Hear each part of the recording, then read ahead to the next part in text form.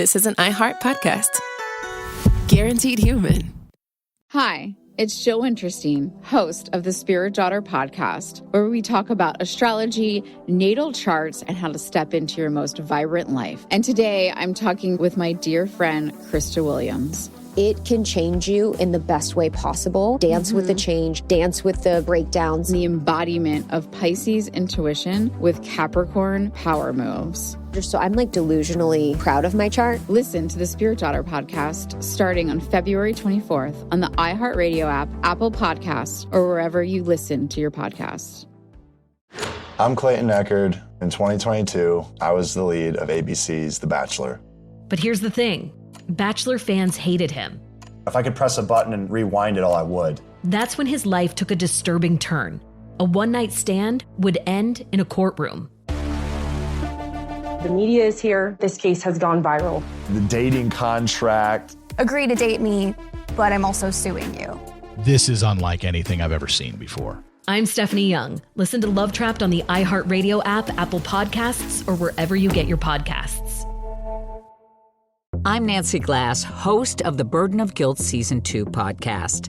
This is a story about a horrendous lie that destroyed two families. Late one night, Bobby Gumpright became the victim of a random crime. The perpetrator was sentenced to 99 years until a confession changed everything. I was a monster.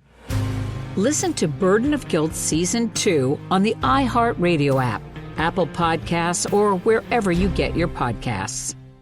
What if mind control is real? If you could control the behavior of anybody around you, what kind of life would you have? Can you hypnotically persuade someone to buy a car? When you look at your car, you're going to become overwhelmed with such good feelings. Can you hypnotize someone into sleeping with you? I gave her some suggestions to be sexually aroused. Can you get someone to join your cult? NLP was used on me to access my subconscious. Mind Games, a new podcast exploring NLP, aka Neuro-Linguistic Programming. Is it a self-help miracle, a shady hypnosis scam, or both? Listen to Mind Games on the iHeartRadio app, Apple Podcasts, or wherever you get your podcasts. Executive producer Paris Hilton brings back the hit podcast, How Men Think. And that's good news for anyone that is confused by men, which is basically everyone. It's real talk, straight from the source. The How Men Think podcast is exactly what we need to figure them out. It's going to be fun, informative, and probably a bit scary at times, because we're literally going inside the minds of men. Listen to How Men Think on the iHeartRadio app, Apple Podcasts, or wherever you get your podcasts. Give us your attention, we need everything you got fast. Waiting on reparations, we be the illest podcast. Tune in every Thursday, politics and wordplay. We fight for the people cause they got us in the worst way. From the Hill to Brazil, Bombay to Kanye. From the left enclave to what the neocons say. Every Thursday, cop the heady conversation. And break us off with some bread cause we waiting on reparations. Listen to Waiting on Reparations on the iHeartRadio app, Apple Podcasts, or wherever you get your podcasts. Look through your children's eyes, and you will discover the true magic of a forest. Find a forest near you and start exploring at discovertheforest.org. Brought to you by the United States Forest Service and the Ad Council. Hey everybody, Robert Evans here, and I wanted to let you know this is a compilation episode. So every episode of the week that just happened is here in one convenient and with somewhat less ads package for you to listen to in a long stretch if you want. If you've been listening to the episodes every day this week, there's going to be nothing new here for you, but you can make your own decisions.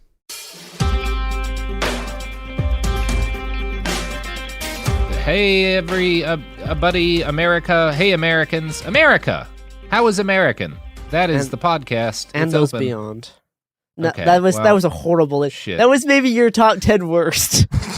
This is It Could Happen Here, a podcast where an incompetent rube fucks up starting the show, and then we talk about how things are falling apart or how to make things not fall apart, or some version of things in between those two facts. Yep. That's kind of not great time going on right now. A lot of people are... that was our second, that was our B pitch for the name of the show. Kind of not a great time. It's kind of not a great time going on right now. It actually is not that far from what was discussed. Yeah. Yeah. I mean, it's like especially right now. There's a lot of trials going on on stuff. I know the Ahmaud Arbery trial is happening. The one about Unite the Right is going on, and of course the Kyle Rittenhouse trial. As of recording, is the jury is still in deliberation. Second day of deliberations. So no idea what's going to be the result by the time this episode goes up.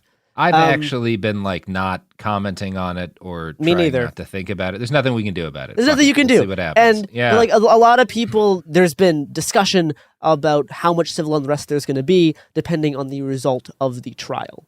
I know there's been a lot of National Guard sent to Wisconsin. It's been FBI door knocks at activists' homes trying to scare people so that they don't go out and riot or whatever. A discussion online of people planning protests in response to whatever the result is. I noticed today there was a post from I think the Ohio Proud Boys claiming that they'd be sending was it hundreds or thousands of people armed with ARs to Wisconsin or something. Yeah, there's a fucking post people are saying you should take it seriously because it's from a Proud Boys internal chat. And it's we've got 300 guys heavily armed heading to, and there's already X number of guys there, and we're going to kill a lot more communists than Kyle Rittenhouse did, and yada, yada, yada. And yada. If I could give you one piece of advice now, and who knows where the world is at the point at which this episode drops, it's when people talk about, if you are at a protest and someone starts talking about the Proud Boys, as in the Proud Boys are coming or the Proud Boys are here, if you don't immediately see incontrovertible visual proof that they have access to showing it, assume it's nonsense, okay? Yeah. That is my advice as someone who has heard 1,000 times people say versions of the Proud Boys are coming, okay? Insist on evidence or ignore it. But whenever these big civil unrests and types of stuff happens, there's always an increased chance that there'll be some kind of protest related shooting. Especially if people are definitely. Absolutely. That may have happened by the time this episode drops. Yeah, especially if people are bringing guns, people are bringing firearms. There's been a lot of, for the demonstrations outside the courthouse, there's been, guns there. There's been, an increasing in the rate of shootings at protests on the West Coast throughout the past few months. So I'm going to be kind of talking about, some things that you can do if you're at home and you feel competent enough in the aftermath of one of these shootings, if a Proud Boy does bring a gun and shoot somebody, what you can actually do. If you're in a situation where you've been following something happening all day, there's a shooting and low quality footage starts coming out of somebody killing someone or someone's else, here's what to do next if you want to maybe be a positive part of that process. Well, not of that process, but of the aftermath of online, it, yeah. And because the universe is cruel, I originally wrote this write up about the Rittenhouse shooting, because the universe is a cruel place, and it's gonna continue to this particular incident's gonna continue to be impactful, even though it's not the first, it's not gonna be the last one of these.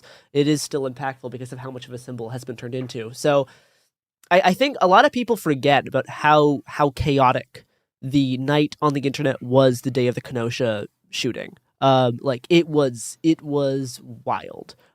Being online as that was going on, no one had no idea what was going on. People could not agree on who the shooter was beforehand. There was a lot of pictures floating around. It was a nightmare.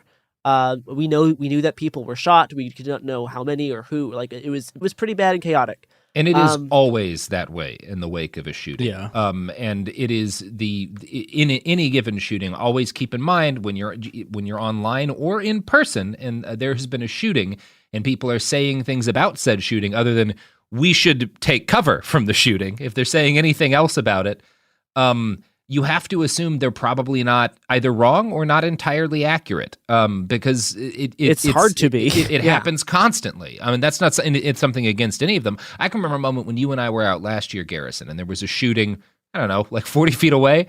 Yeah. Nobody hurt, thankfully, but the immediate report from it was some guy had pulled an AR-15 out of his car. And I think the thing I said to you was, I'll bet you right now it's a 9mm handgun. And sure enough, within minutes, there was a photo. Yeah, and it's not that those people were like dumb or bad. It's that like shootings are scary, guns getting pulled is scary, and people fuck up in their recollections. It's the same way in which, like, if a bear comes after you, you may exaggerate the size of that bear in your head because you're scared as shit. Yeah, because it's a bear. Yeah. So I was home on August 25th. I was actually about to go out to cover a protest in Portland, but then I saw this happened on my phone on Twitter. I was like, I cannot go out. I will be more useful at home. So with so much uncertainty online on the details of the actual shooting, it was clear that trying to provide concrete information would be crucial in the hours to come. So I booted up my computer and started to try to begin to search for information and verifiable stuff. So I spent all night looking for details about the shooter, uncovering his supposed identity. Ultimately, about an hour before the police announced their investigation even started, and 12 hours before the police announced the shooter's arrest. And also, to my surprise at the time, I discovered that the shooter was the same age as me. Which is fun. Was quite a moment for you. Yeah, that was a night. So, because I mainly use Twitter and most of the video of the incident was on Twitter, I started my investigation by looking at Twitter.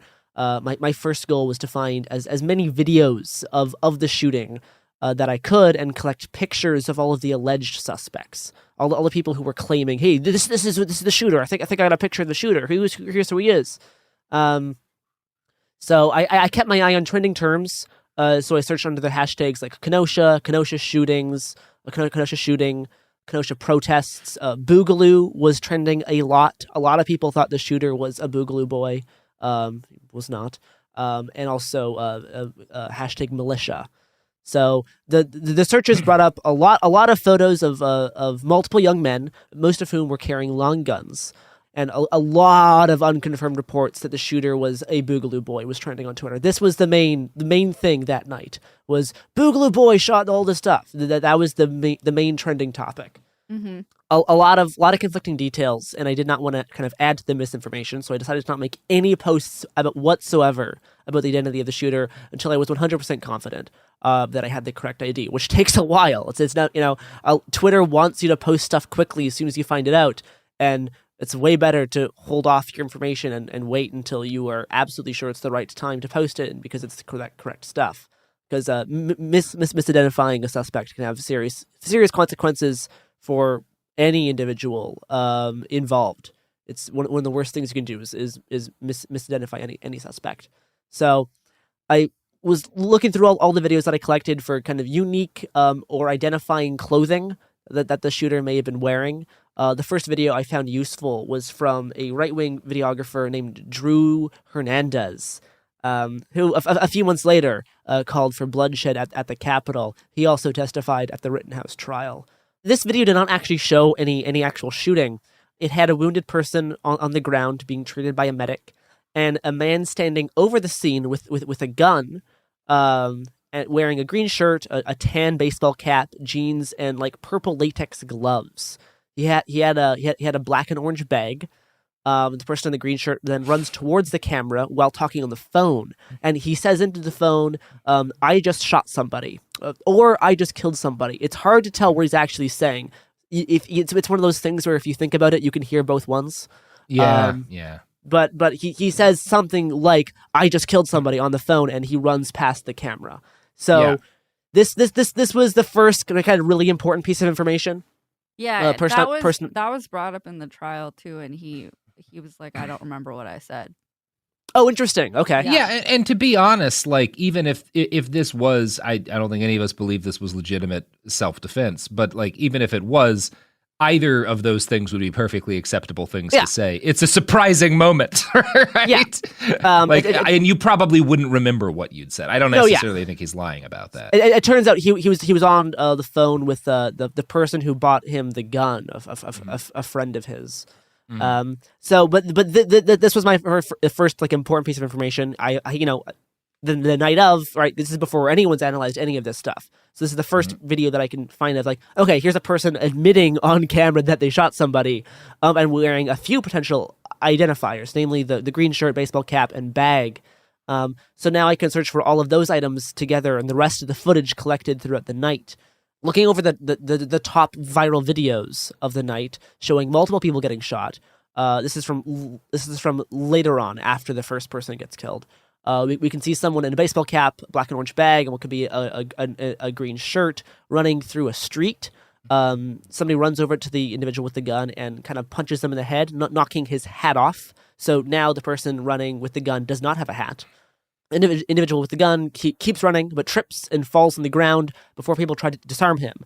4 more shots are fired from the suspect, and one more person dies as a result of this. Other person gets their arm nearly blown off.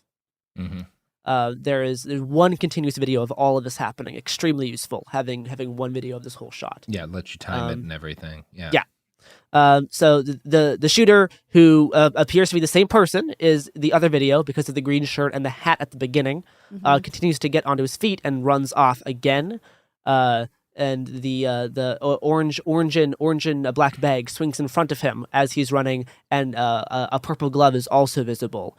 Multiple vehicles drive past, like police vehicles.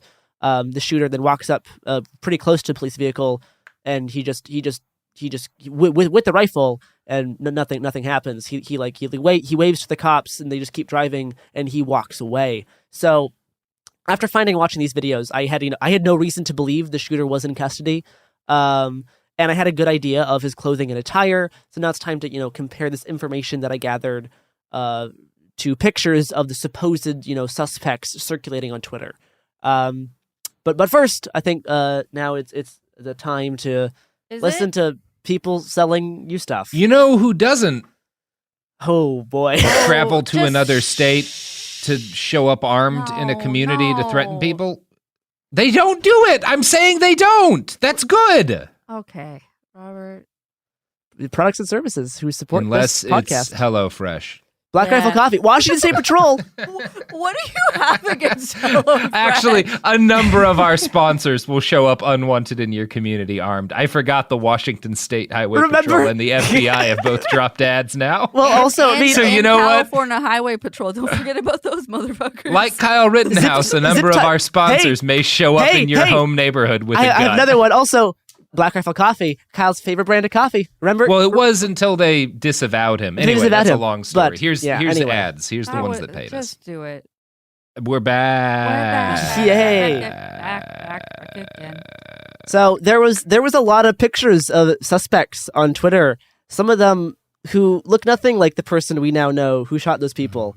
Funny how that happens. It's it's not funny. It's pretty bad. Dangerous misinformation.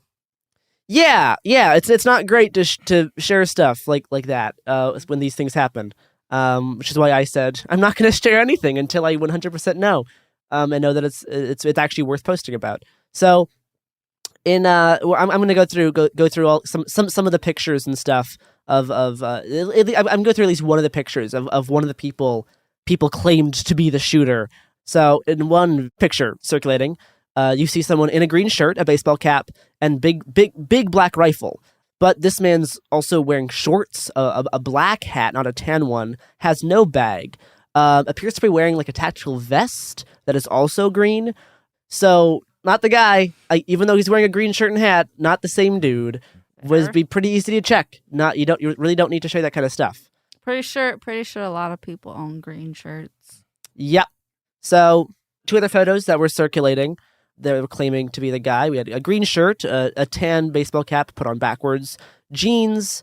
One of the pictures has a bag in front, which is an orange and black one. One of them doesn't.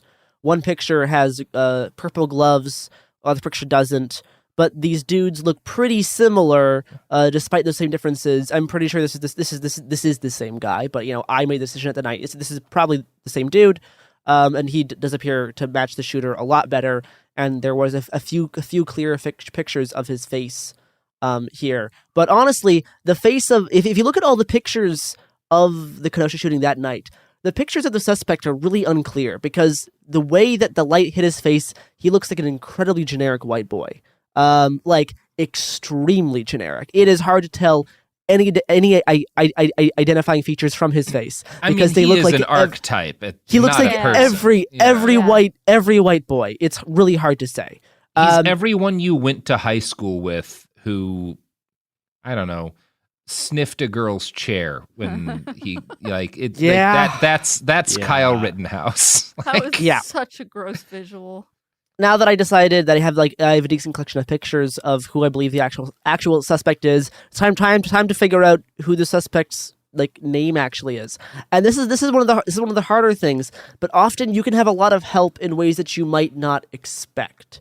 Often, once you can get a good picture of someone, it'd be like, yes, this is actually the dude. Once that gets shared enough, often somebody knows who this is already. The internet's a pretty big place. I believe the first person to actually I was the person to prove online who Kyle Rittenhouse was the shooter. The first person to actually tie Kyle's name to the shooter was a neighbor of his on Facebook.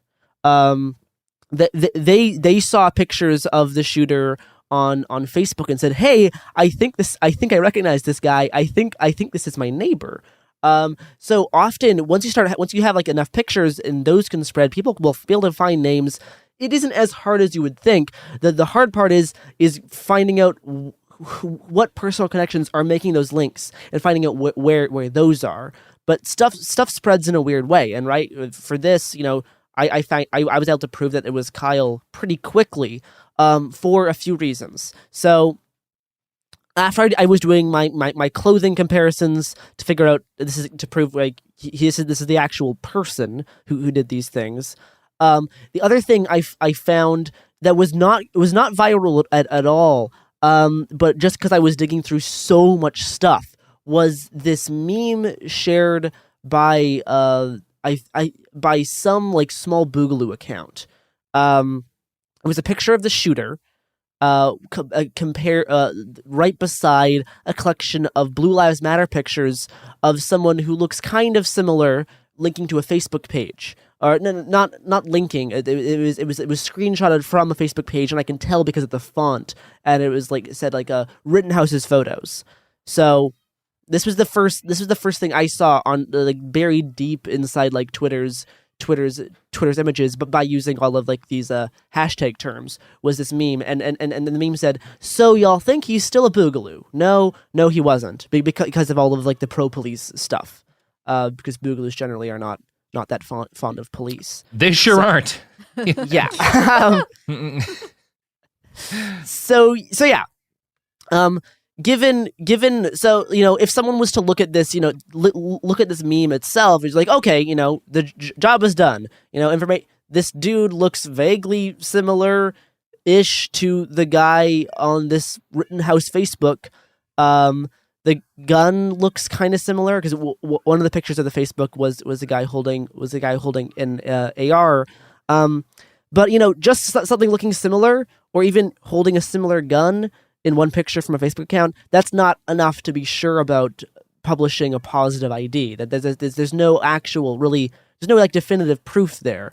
Because honestly, if I was to look at these two guys' faces, they don't look incredibly similar, because faces can distort with lighting and compression. It can be really difficult. And this is where, trying to ID a shooter is hard and requires complex judgment calls, and posting inaccurate information or incomplete information can have, extremely harmful effects. And there's a lot of examples of this happening in the past. Probably the biggest example, or the most notorious one of false identification, is the Boston bombing incident. Yeah. So right after the 2013 bombing, thousands of users on sites like Reddit and 4chan began combing through footage to try to identify potential suspects. Screen caps of the people they deemed suspicious went viral online on various social media sites. Unfortunately, the sleuthing work done on 4chan and Reddit was incredibly shoddy. And seemingly had way more to do with racial paranoia than actual detective work and evidence gathering. The New York Post subsequently published a picture on its front page that originated on Reddit that users had declared that was showing the two suspects without doing any further verification. So it's real bad how stuff can spread from Reddit like this that's completely unverified to a newspaper, even as one as unreputable as the Post. That's still a very popular paper. The Post also claimed that the law enforcement were looking for those two individuals in that picture. One of the people identified by the Post was harassed online. Police later told him just to delete his social media accounts entirely because there was no use at that point. When the FBI did officially release photos of the unnamed suspects, Reddit users again falsely identified these people. One of the people they falsely identified went missing for weeks prior. His family received media inquiries about the false, unverified rumors of their son's involvement, and rumors of involvement were spread by reporters from Politico, Newsweek, NBC News, and BuzzFeed. 8 days after the bombing, this guy was actually... Eight days after the bombing, this guy was actually found dead, and his family said it was a suicide. It was not one of the shooters, not one of the bombers. Which is again why, even more than the tactics you could use to try and verify things online, the most useful thing you can take out of this is if there is a mass shooting or other act of violence, and people on social media are saying it is this person, don't share it. Just don't share it. Just wait. Especially there's if no value in sharing it. If they don't have anything to verify this at all. So yeah, I'm not gonna. Don't. Again, that is the overwhelming thing we want to get across. That's why I'm not gonna share this Kyle Rittenhouse Boogaloo meme because there's no proof for it. It's not there. Now, eventually, after digging, I would realize that this meme comes from his neighbor saying that she thinks the suspect is him. So that's how this meme was created. But still, there was no proof for it. So I didn't share it. So all the Boston bombing stuff was going through my mind as I I this and was trying to dig for more details. So yeah, I knew that I could not post a name on any social media or any info until I could prove it without a shadow of a doubt that this is the same person, because a lot of times it is possible. It just requires work and time, and a big part of doing this on Twitter is you want to get it out fast so that you're the first person to do it, so that you can go viral on your thread of identifying this killer. And no, that's not the reason to do image verification. It's not to go viral on a thread. It's because whenever that's your goal, you're gonna do shitty fast work that is going to end up causing some kind of horrible consequence, like in the case of the Boston bombing. And to be even extra clear, the primary use for this, that kind of what you're teaching people, image verification, which is something that like Bellingcat, which has been kind of a part-time employer of mine, is an open source journalism collective that's broken some of the biggest stories in the last couple of years.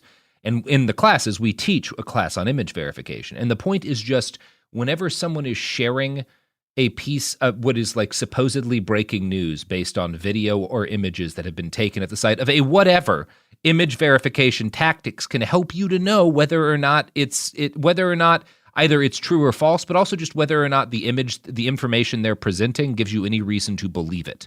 Yeah. It's not even how the information's useful or how it's been just altered. Knowing you might be full of shit. That's super important. Yeah, there's a thing that happens and anytime there's something that looks like a war starting, there's this video of a bombing from 2014 in Gaza that goes around. Yep. And it's every time. Yeah. There's actually 5 or 6 different kinds of things that are like that, Chris, that are there's actually footage from a Russian video game that people keeps getting mistaken for actual combat footage. Yeah. And it's no, it's fucking from a video game. This has been 3 wars now. There's this famous footage of a fucking an airsoft battle at night with glowing airsoft pellets with the glowing pellets, and it kind of looks, because it's black and white, not a great camera, it kind of looks like tracer fire, and there's 3 wars that people have said look, this is real combat footage from it happens all the time. And again, great account to follow is Hoaxeye on Twitter. They do really good work pointing out just kind of more less high stakes kind of image verification stuff. But before I get into the actual verification work of proving, hey, I can actually prove that by not just someone's face, I can prove that this shooter is the same guy from the Facebook page. I'll explain that next. First, short ad break, and then we will finish up with this actual proving section. Yeah, you know who is not Kyle Rittenhouse? God. Wow. You have really dropped the ball into all of the transitions today. Yeah, I am not proud of myself or my place in society at the moment. Here's ads. We're back. I feel terrible. Garrison. And so even though the Boogaloo meme was not hard evidence, it did provide a lead. So after seeing the meme, I did the first most obvious thing that I could see was compare the gun in the two frames. They do look similar. They're not identical. The optics are different for each rifle. Mm-hmm. But the rest of it, but the stock, the grip, and the barrel do seem to be if not identical, at least extremely similar. Again, still not enough to make a positive ID on an individual basis. Like, this person is this person. So the next step is to scour the actual Facebook account itself that is alluded to in this meme and see what I can find there. The goal, obviously, being to find statements or pictures that will tie this person in the images of the shooter to the person on the account. So that's, clothing, location, intention, all these types of things that could tie the pictures of the shooter to the pictures of the person on this account. So Kyle Rittenhouse's old public Facebook profile was mainly made up of Blue Lives Matter and pro-police images going back as far as 2017, with a few then recent pictures of him holding his AR-15 style rifle. The rifle pictures were like from June. The shooting happened in late August. It appears, I think it came out in the trial, that he got his rifle around like May. So yeah, a lot of pro-police stuff, a lot of Thin Blue Line, Blue Lives Matter type things.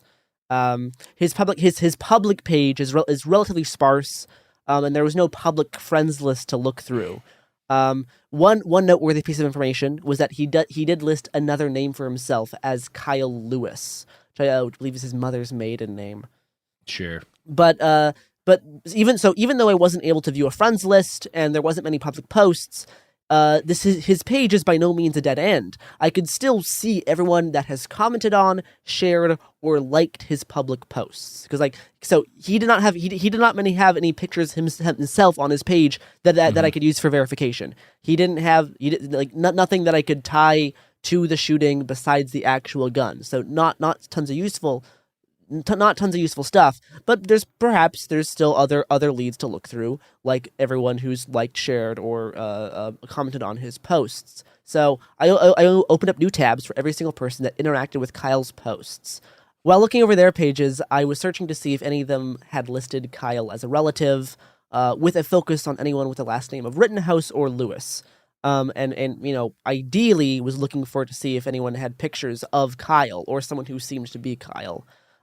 One post from May of 2018 eventually proved useful.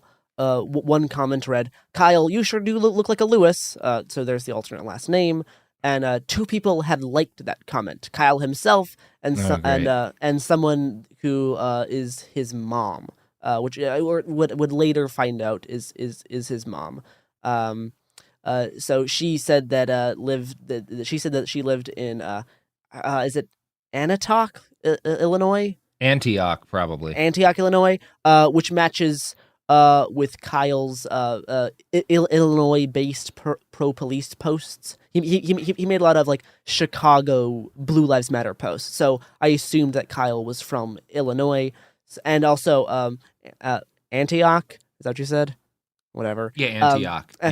Antioch to Wisconsin. Antioch to Kenosha is only like a 30-minute drive. So that is also like, okay, that's pretty close. That is doable. So I went through a lot of the relatives' pages, but I'm going to focus just on the person who I found out who was Kyle's mom, because they're the one that had the most useful information, right? A lot of other information I looked through just didn't turn out to be useful, right? So I'm not including all of that here. One post from Wendy's mom featured a younger Kyle wearing a police outfit. I'm sure people have seen this picture online before. I think I was probably the first person to share this photo of Kyle in this younger Kyle wearing this police costume. An unbelievably cringy photo, like even outside of the fact that he took 2 lives, like just So I mean, look, we all have photos we took while in ROTC, like ideally. We would get a chance to grow. There's actually a lot more of these photos. There's photos of him touring. So this is stuff I also found that night. Photos of him like touring a Target with police as he's in a police uniform. He was part of like a police young cadets program. When he was like 12. So that's where he got this outfit, and he like tagged around with police for like a day or something. And there's photos of him like in a Target with police. Even when I was like a shitty right-wing kid, that sounded like a nightmare. So Kyle's, the person who I figured out was Kyle's mom, posted this photo of her and Kyle, which Kyle liked.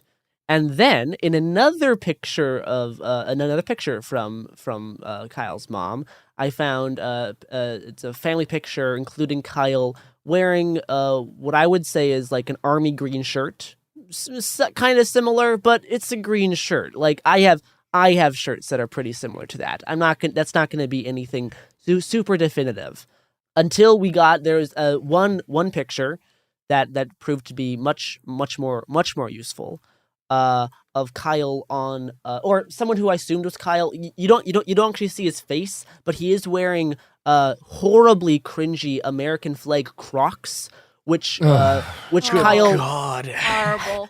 I know. So on Kyle's page, there was also pictures of him wearing those same Crocs. So like even though I can't see the person's face, the Crocs are the same, probably the same guy. He's also wearing a tan baseball cap. And on this, I can actually see that it has an American flag on the front of the cap, which I did not notice on anything else before. So that's something different. But again, that's not like a red flag. That's just a thing of note. Because the baseball cap is tan, and it has like white mesh on the sides. The one thing I did make one post before I actually did any kind of claiming to do identity stuff. I did ask my Twitter followers if there's any pictures of the back of the shooter's cap. And I got them to send me those, and then I got one picture of the back that actually has I could see like, okay, the back of the shooter's cap also has the flag on it. So I was able to actually show that, okay, so the baseball cap on the back of it, but they're both tan baseball caps, they both have white mesh on the sides, they both have an American flag. And then I got another picture that was even closer that showed a tear on the brim of the hat.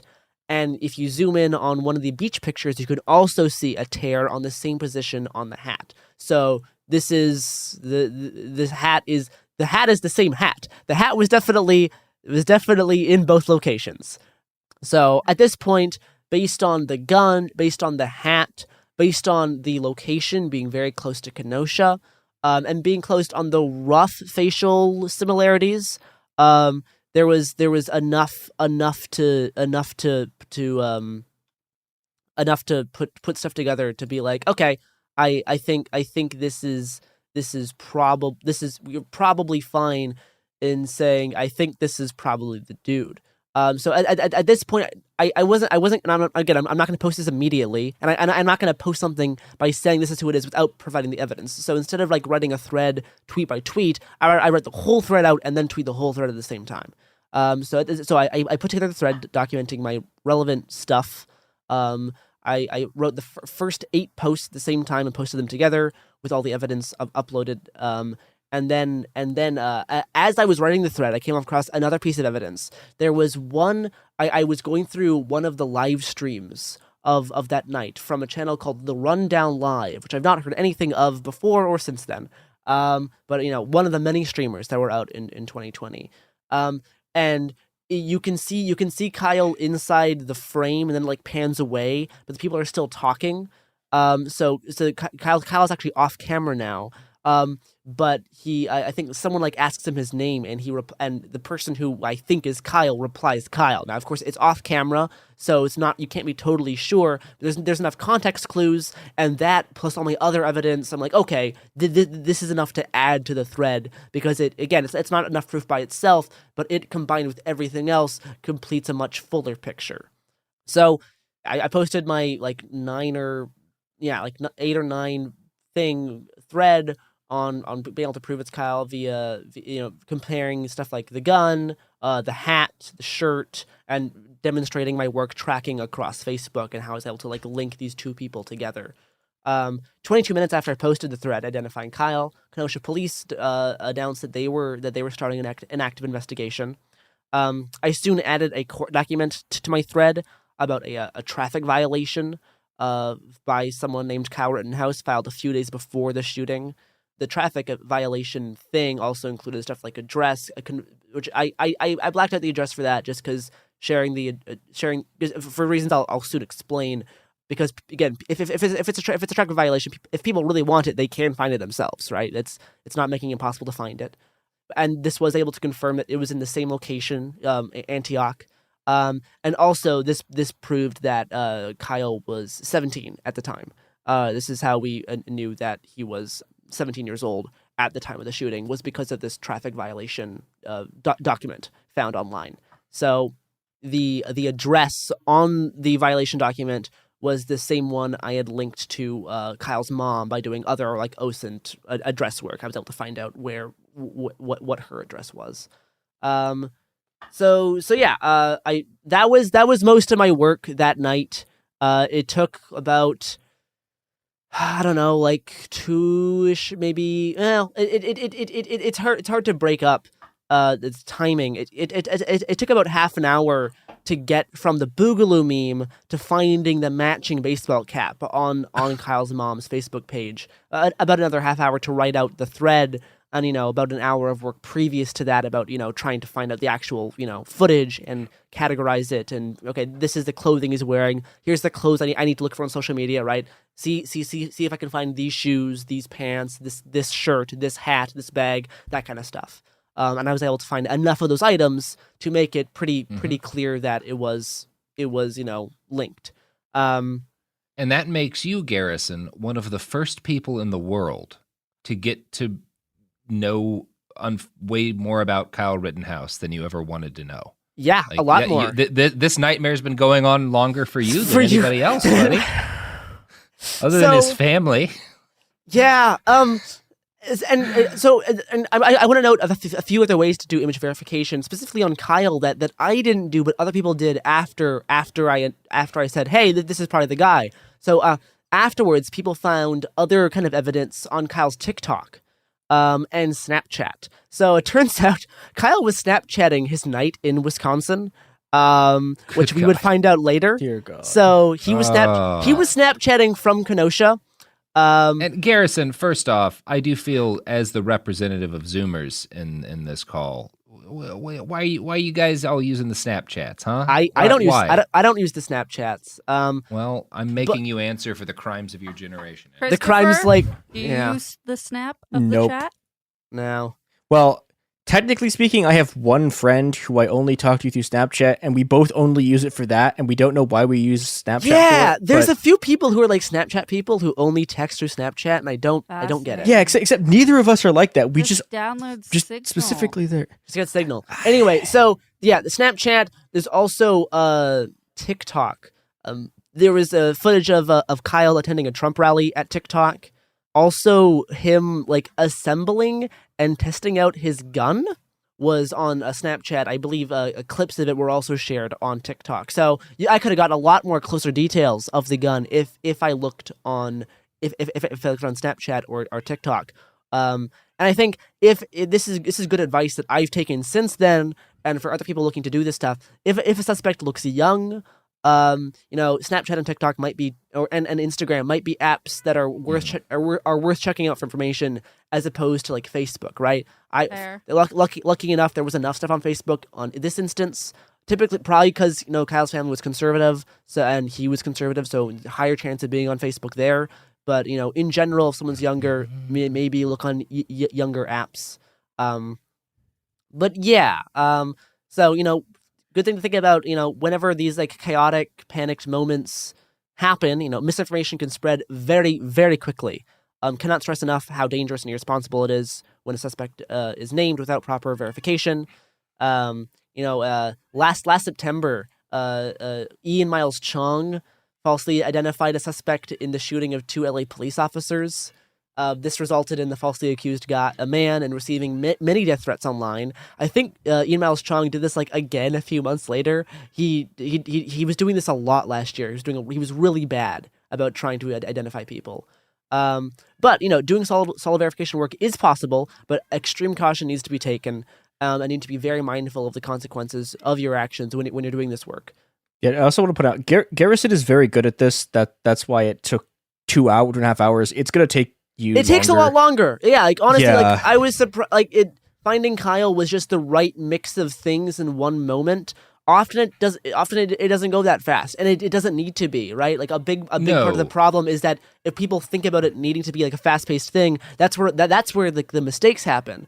I was just lucky to have enough dominoes fall in the right place to I identify Kyle the night of. Having his neighbor say, "Hey, this guy looks similar to my neighbor," extremely useful in long run, right? Like that happened faster than that happens in a lot of cases, and so that really accelerated things. Sometimes it will be easy. Sometimes, like a good example of when it's harder, we have a decent amount of footage about the individual who placed bombs outside of the Capitol DNC bomber, and the RNC, but before the 6th. That person has not been identified, and the fucking FBI seems to have no goddamn clue. But also, they were way more intentional in what they were wearing. They were very smart. Whoever they are, they're very capable. They were the only thing that we have on them is their shoes, basically. Those are kind of the poles of this, right? On one, with Rittenhouse, you've got this situation where it's like all of the information you need to identify them is there openly online. And part of OPSEC, if you're doing things that are crimes, is to make sure that is to limit that that whatever it is you are going to the crimes in, nothing exists on the internet that connects that to your name and face. And that doesn't always mean black bloc. That can mean other clothing, especially if you've been photographed in black bloc a bunch. Yeah. I think if you look at the guy who dropped off bombs at January 6th, he's not wearing black bloc because black bloc draws attention. He's wearing grays. I will he's wearing bet he's money like a hood. That guy that individual person is either a former Fed or former Special Forces. They were very capable. Yeah, leaning towards Fed, who showed up in clothing they had never worn before and paid for used in cash, probably from a variety of places. That clothing was burned as soon as they got away. They were out of the state as early as it was possible to do so. Plant them and then immediately get out. And by the time the Capitol, by the time their bombs had been found, they were gone. If they were smart, gone. Yeah. That's how. Anyway, whatever. Those are the kind of the polls. So oftentimes it can be if someone knows what they're doing, this process can be a lot harder. Like in the case of the people of the guy who left the bombs at the Capitol. Kyle was not, wasn't wearing much identifying clothing. Wasn't even wearing a mask because COVID was for cucks.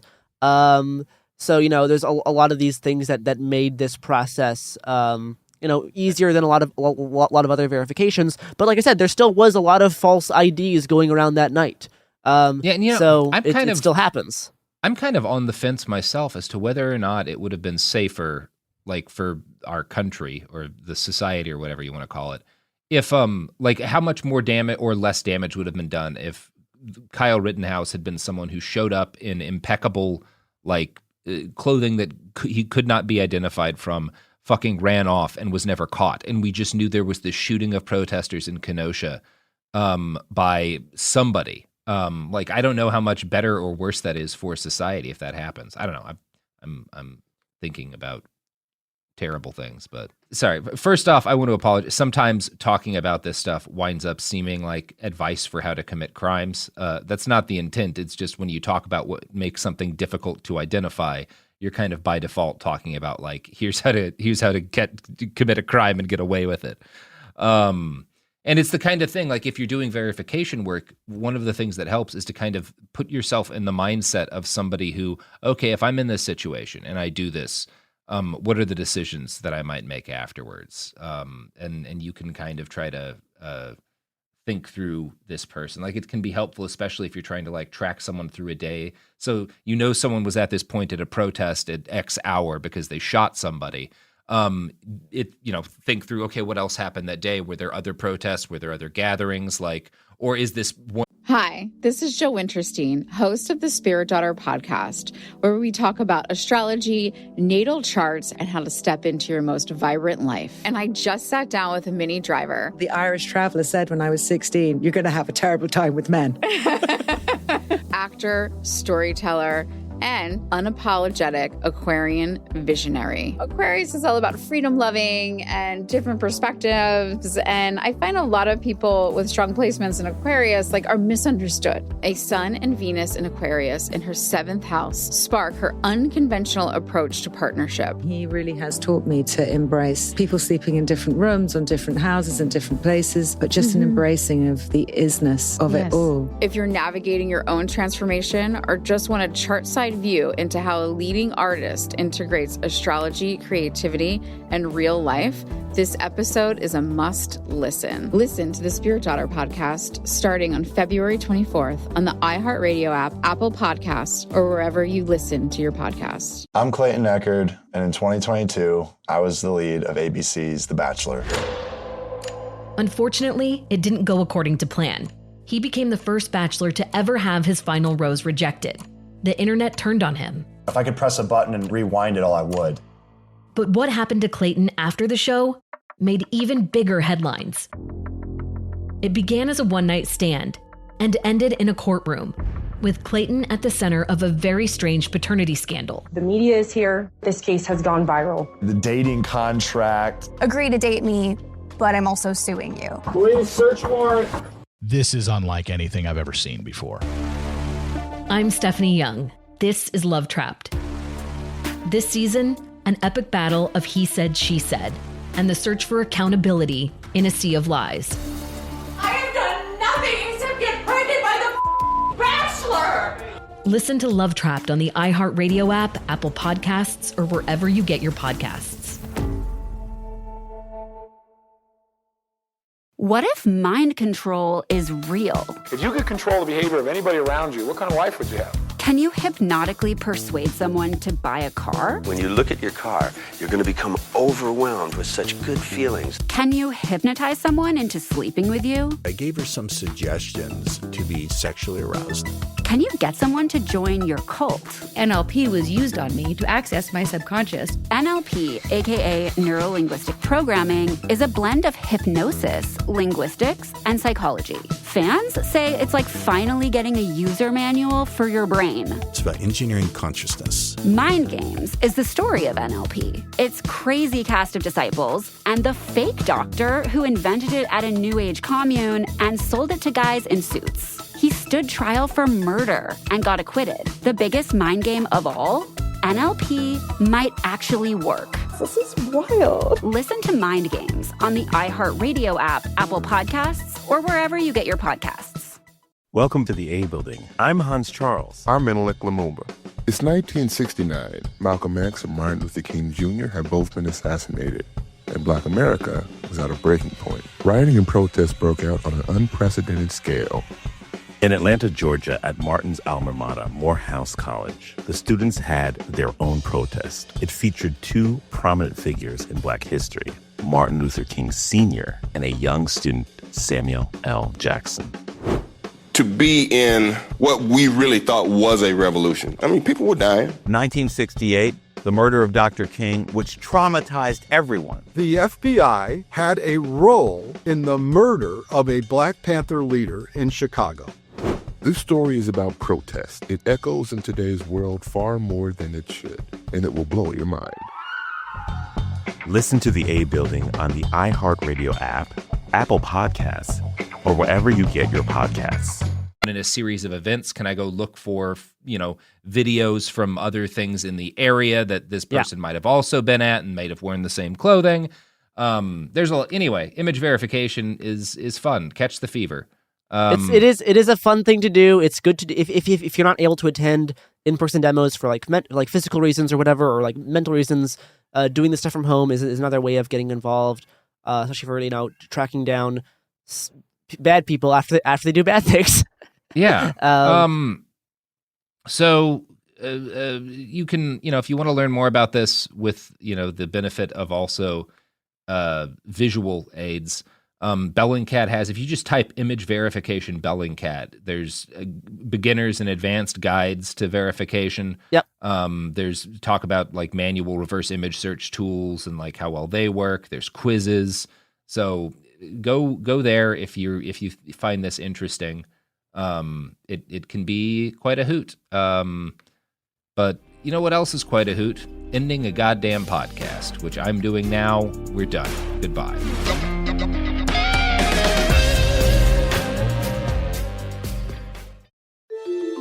I called the Union Hall. I said it's a matter of life and death. I think these people are planning to kill Dr. King. On April 4th, 1968, Dr. Martin Luther King was shot and killed in Memphis. A petty criminal named James Earl Ray was arrested. He pled guilty to the crime and spent the rest of his life in prison. Case closed. Right? James Earl Ray was a pawn for the official story. The authorities would parade, we found a gun that James Earl Ray bought in Birmingham that killed Dr. King. Except it wasn't the gun that killed Dr. King. One of the problems that came out when I got the Ray case was that some of the evidence, as far as I was concerned, did not match the circumstances. This is the MLK tapes. The first episodes are available now. Listen on the iHeartRadio app, Apple Podcasts, or wherever you get your podcasts. Hey, Lethal listeners. Tig here. Last season on Lethal Lit, you might remember I came to Hollow Falls on a mission, clearing my Aunt Beth's name and making sure justice was finally served. But I hadn't counted on a rash of new murderers tearing apart the town. My mission put myself and my friends in danger. Though it wasn't all bad. I'm gonna be real with you, Tig. I like you. But now, all signs point to a new serial killer in Hollow Falls. If this game is just starting, you better believe I'm gonna win. I'm Tig Torres, and this is Lethal Lit. Catch up on Season 1 of the hit murder mystery podcast, Lethal Lit, a Tig Torres mystery, out now. And then tune in for all new thrills in Season 2, dropping weekly starting February 9th. Subscribe now to never miss an episode. Listen to Lethal Lit on the iHeartRadio app, Apple Podcasts, or wherever you get your podcasts. Hi, I'm Robert Lamb. And I'm Joe McCormick, and we're the hosts of the science podcast Stuff to Blow Your Mind, where every week we get to explore some of the weirdest questions in the universe. Like, if sci-fi teleportation was possible, how would it square with the multitudes of organisms that inhabit our human bodies? Can we find evidence of emotions in animals like bees, ants, and crayfish? How would an interplanetary civilization function? Does free will exist? Stuff to Blow Your Mind examines neurological quandaries, cosmic mysteries, evolutionary marvels, and the wonders of techno-history. Basically, this show is the altar where we worship the weirdness of reality. If anybody ever told you you ask the weirdest questions, it is time to come join us in the place where you belong, the Stuff to Blow Your Mind podcast. New episodes publish every Tuesday and Thursday, with bonus episodes on Saturdays. Listen to Stuff to Blow Your Mind on the iHeartRadio app, Apple Podcasts, or wherever you get your podcasts.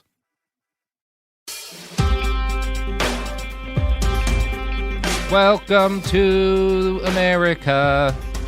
Why? It's not great. Here's a podcast. All right.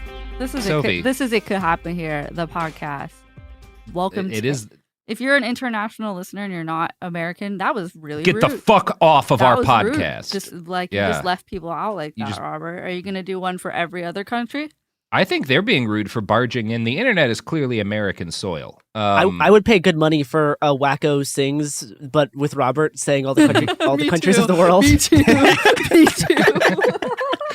Well, you know what you need to do in order to be able to pay good money for something, Garrison. Wow. You need to get money by working. Well, I was going to say you bank need to be robbery. born rich, but if you're not born rich, you have to work. And a lot of Yeah. people are saying, what if we didn't? And now they have a subreddit, and that's what we're talking about today. Anti-work, not just the subreddit, but that's why we're talking about it today, because the anti-work subreddit has grown hugely. And it's got like it's like doubled. It's been around for years. It's more than doubled. It's almost in a month, it's almost in the space of a month. quadrupled. Yeah, it's well, I have the numbers for later. Yeah. Yeah. Okay. Great. So Garrison, why don't you kick us off now that I've let everyone know what to expect? And I will stop working in solidarity with the anti-work movement. Thanks, Robert. You're welcome. So yeah, if the past few months, if you're anything like us, and if you're online in the same ways that we are, you've probably seen like a flurry of posts and screenshots depicting text conversations between like an employee and their boss. Typically, the boss like asks them to come in when they said they were going to having to have time off or something. The employee objects. The boss then gets mad and makes threats and demands the employee be a better team player or some bullshit like that. And then like the employee says something like, well, you know what? Actually, I quit. Good luck filling the shift now. Bye. And then the boss like pleads that the now former employee comes back and offers like concessions. And end of screenshot. So pretty soon this type of like screenshotted text conversation became like a meme format with people joking and obviously like staging fake ones as well. Similar to the scene I just described, but by all accounts, this trend started incredibly, like sincerely, with genuine text conversations showcasing like worker abuse, and bosses being unreasonable and cruel, and some people quitting their jobs to stand up for themselves, and all this stuff is kind of tied up in the worker shortage kind of myths. The Great Resignation, as a lot of pundits are calling it. Yeah. Yes, yeah, of people resigning, and then a lot of like big companies complaining about worker shortages, and central to this like text conversation online kind of meme trend thing and employee resignations is a subreddit called Anti-Work. So the anti-work subreddit has been a growing place, specifically the past year. Their motto is unemployment for all, not just for the rich. Mm-hmm. It's a good motto. It is a good motto. It is a solid. It's a solid motto. Yeah. Their own like description is a subreddit for those who want to end work, are curious about ending work, want to get the most out of a work-free life, want more information on anti-work ideas, and want personal help with their own jobs/work-related struggles. So back in February, the subreddit's been around since like 2013. But back in February, it had like 235,000 subs. And now it has over 1.1 million. It's grown. Most of that growth has been in like the past 2 months. It has kind of exploded in popularity. And actually, it got so big, and there's so many posts on it that they have to like restrict text message conversation screenshots to only being allowed to be posted like on 1 day a week. Just because of the intense influx of these posts. Some of them genuine, others maybe not so much. And even though the subreddit may not be the biggest in terms of like subscribers, it has more like daily posts than something like the Wall Street Bets subreddit has. So even though it doesn't have as many subscribers, the amount of actual like posting on it is higher than a lot of other subreddits as well. So it is growing in popularity, in multiple ways. It feels a little bit right now like the social media equivalent of a sort of Damocles. Like Wall Street Bets made a not insignificant splash earlier this year. It was quite a thing for the national economy for a little while there. And anti-work hasn't had that moment, but I kind of feel like it might be getting close to critical mass. Like something might come out of this. Which I think would be rad. For the record, I think would be rad. Absolutely. And, it may not be one big thing, but it could be a lot of smaller things, right? Sometimes it's harder to see bigger change when you're like having more anarchist adjacent ideas. And the anti-work subreddit does try to keep itself being a radical subreddit and does try to fight off like, neoliberal sentiments and stuff. And there have been some complaints I've seen of people being like, the liberals have gotten in, and people are talking about like, well, I just really want a life that's like I'm not stressed all the time and I have enough money for bills and stuff. Or like people have been talking about like, oh, this job, like I left my old job and I got into a better situation. That's good. And there's complaints about that. And I think it is important to like push against de-radicalizing the subreddit. But I don't think it's bad that you're getting a lot of liberals in there who are not turned off by the name anti-work. And I think it's positive that they're, even if they're, you know, they're not coming at it from kind of a revolutionary perspective, but hey, it's okay to quit my job if the conditions are shit and try to find a place where I'm treated better. If that's their inroad to this kind of thought, I still think that's pretty awesome. Yeah, absolutely. Yeah. Because, I mean, it's not realistic for every single person. Well, it is realistic for every single person to quit their job, but it's not realistic for only a few people to, right? Yeah. And sometimes if everyone's not going to do it, like literally everyone, then, you know, some people can't afford to quit their job right now because they have like kids to feed or whatever, or themselves, or you know, there's a lot of reasons, which I'll kind of talk a little bit more about later. So. And the term anti-work does not come from the subreddit. And anti-work has been like a post-left term for a while now. Yes. And it kind of applies to a broad spectrum of like anarchist adjacent kind of thought around, hey, if we're gonna question like capitalism and the state, we should probably also question just the idea of work itself and how it functions and how the state kind of work's only possible with the state, and it's that specific line of thinking. A few examples of like you know, seminal anti-work books. Is one of them is Bob Black's The Abolition of Work. Crime Think has a really good book just called Work, which is another one that gets referenced a lot, even in the subreddit. And also Bullshit Jobs by David Graeber. And Bullshit Jobs was also kind of partially inspired by Bob Black's The Abolition of Work. All of those are great resources, and specifically like Bullshit Jobs is great in for a modern outlook on this. Like Bob Black's book was written a while ago, and Bullshit Jobs is definitely very timely. And even Crime Think's workbook also addresses stuff, or even though it was not written within the past, I think it is maybe slightly older than a decade, but I think they are updating it with more information about like the gig economy and stuff like that. Yeah, and it's not as it's characterized, and as anti-work is often characterized by critics. It's not saying like nobody should have to do anything. In a way, no. It's not actually. We'll talk about Diogenes later, but it's not everyone should just like lay around and do nothing. It's people shouldn't have to do the thing that we call work, which is destroy your body or your mind or both most of your waking hours, most of your life, in the hope that you'll get 10 years as an old person to not do that. Like, and a little bit that's bad. That's a bad way to be a person. Like a bad way to have to be. It's not bad to do that. It's bad that you have to do that. Yeah, and I mean, and there is a little bit of it that is about finding time to chill out. Well, sure, absolutely, which is going to apply a lot of the ways. If you have to keep a job, you know, the different ways you can go about that job that makes it so it doesn't like kill you.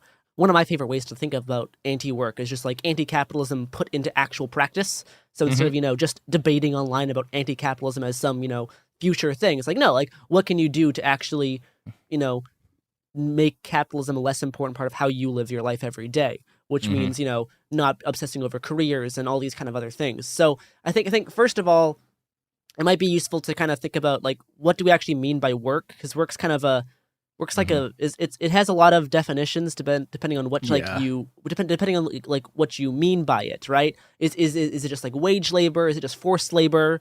You know, is cooking for yourself or your family considered work?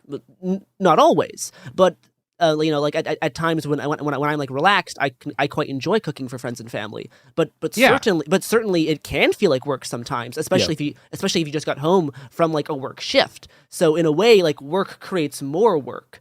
And it isn't just about like wage labor or something. It can kind of apply to a lot of ways about how you live your life. You know, there's a lot of laying down wood chips or sod, if that's like your job every day, can be like a miserable backbreaking process. If you actually have a huge yard or like own a little bit of land and you're making your own garden, that can be an intensely like the best part of your week. It can be a great form of play. Yeah.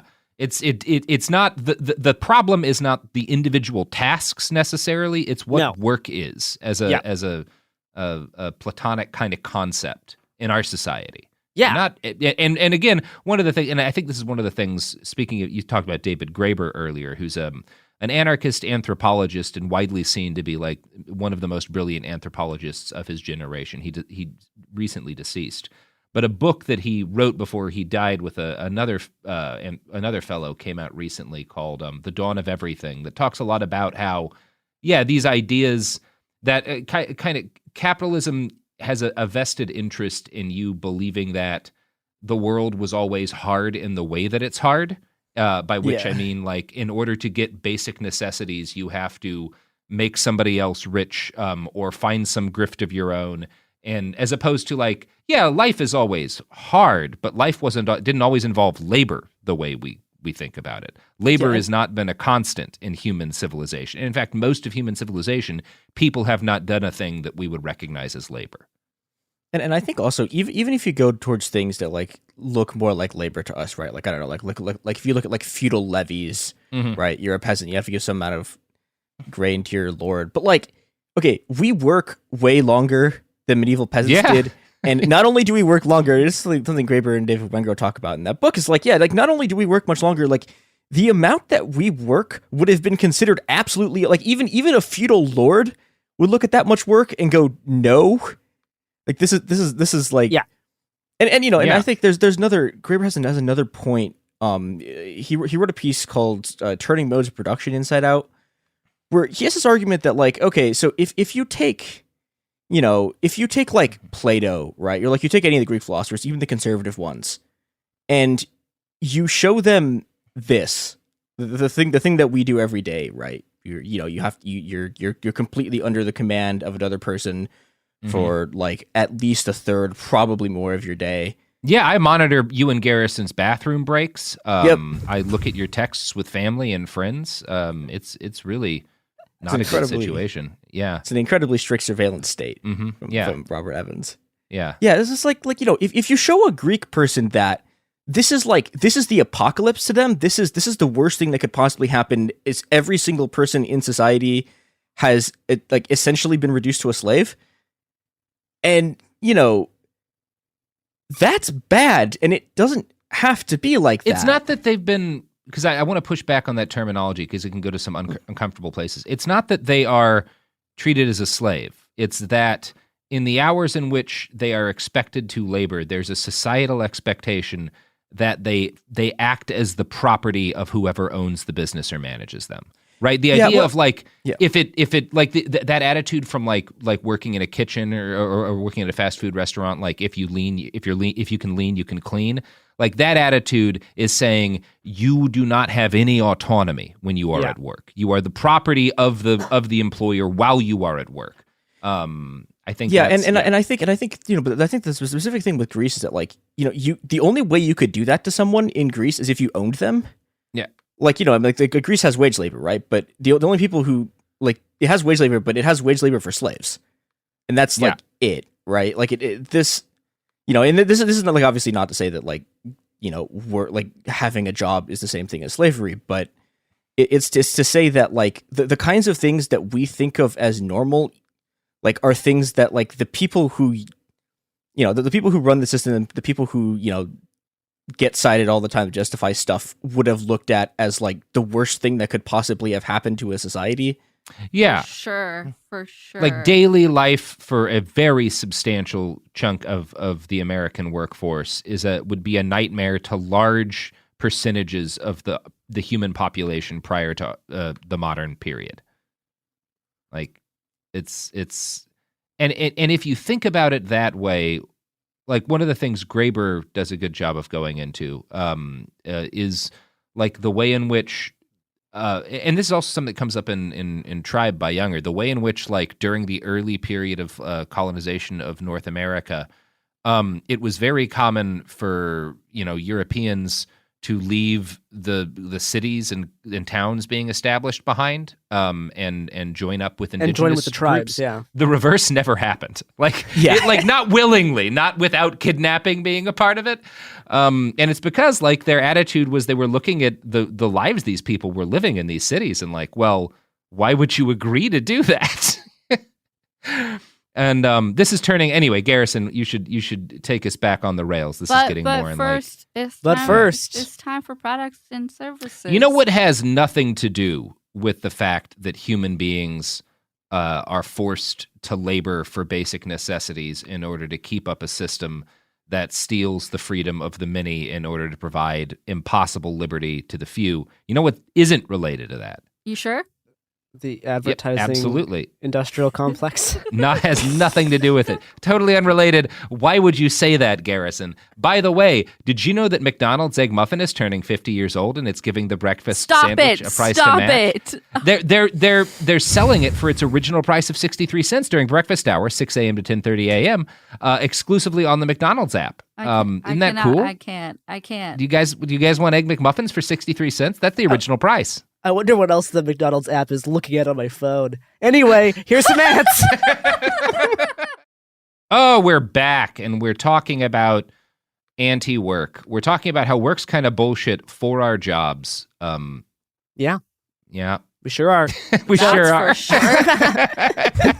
sure. So, there's a lot of people who enjoy stuff like gardening, fishing, carpentry, cooking, and even fist fighting, computer programming, just for their own sake. Like a lot of the stuff that we quote unquote need for society to function. A lot of those things people like doing as hobbies in their spare time. For example, if you're a police officer, gunning down a man in cold blood might be kind of like your day job and frustrating, and there's a lot of shit you have to deal with. If you're a mass shooter, though, you just love it. You're just doing it for the pure love, and it's not work. It's not work for a mass shooter. It is for a cop. That is exactly what the Kyle Rittenhouse thing is, though. Actually, literally that is what that is.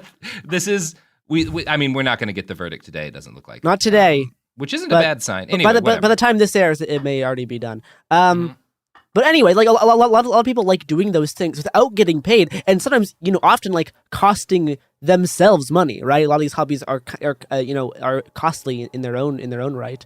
And I think it's interesting to think of a society where you're free to do those things when you feel like it, and you don't need to drag yourself out of bed at early in the morning to work a 10-hour shift as a cash register. And it's not just even when you feel like it, because there will be things that you have to do, even if you I will don't discuss this later. Yes. Yeah. In any, but it's not work if you're going out and harvesting food that feeds you and your community. That's not like work in the sense that we talk about modern work. The amount of extra energy we have by not having 10-hour horrible shifts that drain ourselves mentally and physically, and more with the amount of most of the work that people do, as shown in David Graeber's bullshit jobs, is not necessary. A lot of the work that we do as a whole is nonsense. Yeah, there's some quibbling about, because the book was based off of a study, a survey that kind of showed a very significant chunk of the workforce thinks their job is pointless and doesn't do anything. And there's been some criticisms of that, but it is undoubted that a very significant amount of total labor time spent is stuff that isn't necessary for any reason of making people's lives better. And another part of anti-work theories is looking at our society as it's built, because it is tied to anarchism, and be how much of this is actually necessary? Do we really need a McRib? Do we guys? No, we don't. What do you, Garrison? We do not. Sophie, we do not. Sophie, call HR. No, call we HR. don't need a McRib. We do not So, need a McRib. it's about- Garrison is 100%. No, listen to I them. did the company Listen to training, them. and We they said don't you need can't a McRib. The company training says you can't attack someone for their religion, and Garrison just attacked the McRib. So that actually is, it is a religion for a lot of people. It Did you is. see that they did sell a McRib NFT a few weeks ago? Don't Anyway. tell me that shit. That is so upsetting. Thank God. Damn it. Yeah. Oh. Yeah. Just saying, society with no money would not have NFTs. Yeah. So it would anyway. not. Gosh. thinking of like anti-work as the theory, it's about cutting down those unnecessary things that fill people's time, and for a more forward-looking sense, it's a general kind of like abolition of the producer and consumer-based society. So life is not dedicated to the production and consumption of goods and commodities. So this applies not just to capitalism, but also to like state socialism, where work is still a big part of state socialism. And I think it's humans. It posits a future that humans can be way more free when they can reclaim their time from jobs and employment, instead of spending a lot of their time doing that, and then spending a lot of like not just time, but also just like their energy, right? Because even if you work 8 hours a day, you still have majority of the day to yourself, but you're exhausted. You can't do can't do much, right? It drains you of everything. So the main point, one of the main points of the abolition of work essay by Bob Black is about like there's no one should work because work is as defined as like a forced labor practice. Is you can kind of track this to being the source of most of the misery in the world from in individual people who are forced to do this. So, like, this is where a lot of their pain comes from. Is this forced labor concept? I think a good way, there is the point that Robert brought up earlier is like, what about the tasks that aren't fun? What about the stuff that isn't maybe as enjoyable? There's a list of things that the standard response is who's going to clean up the poop, right? Who's going to clean the poop, right? That's the thing. So I kind of look at this as like I kind of look at this as like whenever I have to like turn the compost, which is not my favorite thing to do. I don't look forward to having to turn over our massive, shitty, rotting compost pile. It's not my favorite thing. That's why we have the whip. Oh no. But no, like if there's like friends around and we're playing music and we have like some like have like an iced tea or a Dr. Pepper and we're like talking as we're turning the compost, it's a lot more doable. It's one task that's going to help all of us in the future, and I'm not getting watched over by a boss to fill a certain quota so I can pay my rent, right? It's this thing that helps everybody, and I do it because I want the goal of it to succeed. So there's always gonna be tasks that are less pleasant than others. And now what we can do is imagine a world where the amount of work actually needed to be done is greatly reduced, so that the tasks that are necessary and some of them unpleasant can be spread out and among more people, because less people will be wasting upwards of 8 hours a day, 5 days a week, doing mostly pointless time-filling work. Because there's gonna be things that suck, and we'll be able to do those a lot better if there's more people and we don't have to waste our times doing stuff that is honestly a lot more bullshit than actually scooping bullshit. Wow, what a good joke. Speaking of scooping bullshit, it's time to scoop up some more ads. Wait, really? Haven't we done two? No, we only did one. Oh, all right. We went a while without doing one. Guys, listen to the products, because everyone loves a service. It's not like the thing we're talking about is bad. It's different than that, so it's fine. Yep, we're back, and we're still talking about anti-work. I do. This is something that the Crime Think workbook points out, and it's a pretty obvious thing. I've certainly thought of this before. Is that we've been told that the technological progress will soon liberate humanity from the need to do work, or from having to do work as much. And today we have the capabilities that our ancestors couldn't have even imagined for the amount of work that we could get done. But these predictions still aren't true. We're still working more than ever, even though we have developed so much technologically. We're still working more than ever, and I think it's silly to think that we'll reach a magic threshold where somehow now we have less work to do because we'll have robots being a server at a McDonald's or whatever, right? There's still is forcing people into this thing because this is the only way that we can live, right? We've built our whole society around getting work for money. So this is the only thing that we can do. Yeah, David Graeber, one of the things he argues in Bullshit Jobs is that basically, okay, so if you have, like, you have the Soviet economy, right? Okay, so the Soviet economy has a policy of full employment. And for a little bit, they were like, okay, what if we make everyone work less? And then they stopped, and then, like, everything went to shit. So, okay, but if you can't make people work less hours and everyone has to work, what do you do? It's like, okay, well, you pay a bunch of people to, like, stand at a doorway, right? Now, we also do this, and one of Graeber's, like, funniest points that he brings up is that the total number of bureaucrats in the ex-USSR, like, increased dramatically after the USSR fell, which is incredible. Yeah. And, what it points to is that, like, Graeber called this total bureaucratization, which is that, what we did instead of, like, giving ourselves more free time is created this just, like, endless, enormous, incredibly violent bureaucracy that all of us have to spend all of our time, like, dealing with bullshit from our insurance companies and, like, fighting with, like, the Comcast service person and all of this just, like, incredibly violent, dehumanizing stuff that, it's a make-work program, right? But it's a make-work program that just, the work that it makes is making everyone's lives miserable, and we could just not do this. Mm-hmm. Yeah, I mean, we could. It's always more complicated than that, right? Because the thing that is, when we talk about anti-work, the thing that's on the other side of this is like, okay, well, what if you get a kid? How are you going to feed that kid? Like, how are you going to keep him in a house? Like, not just if you have a kid, but like, people die in our society when they do not have access to adequate resources, and the only way to have access to adequate resources is to be born rich or to work.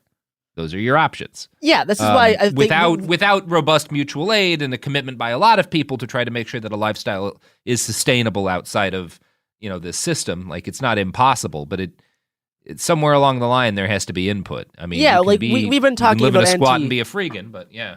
We've been talking about anti-work as kind of like a broad, hopeful, like, future goal in some other, post-scarcity. Well, not post-scarcity, but it's a post-crumbling, post-kind of collapse future. But I think, for us now, as the anti-work subreddit is about people now, right? The anti-work subreddit is not about a future world. I think the anti-work now is like an alternative to the obsession with living your life with the goal of a career.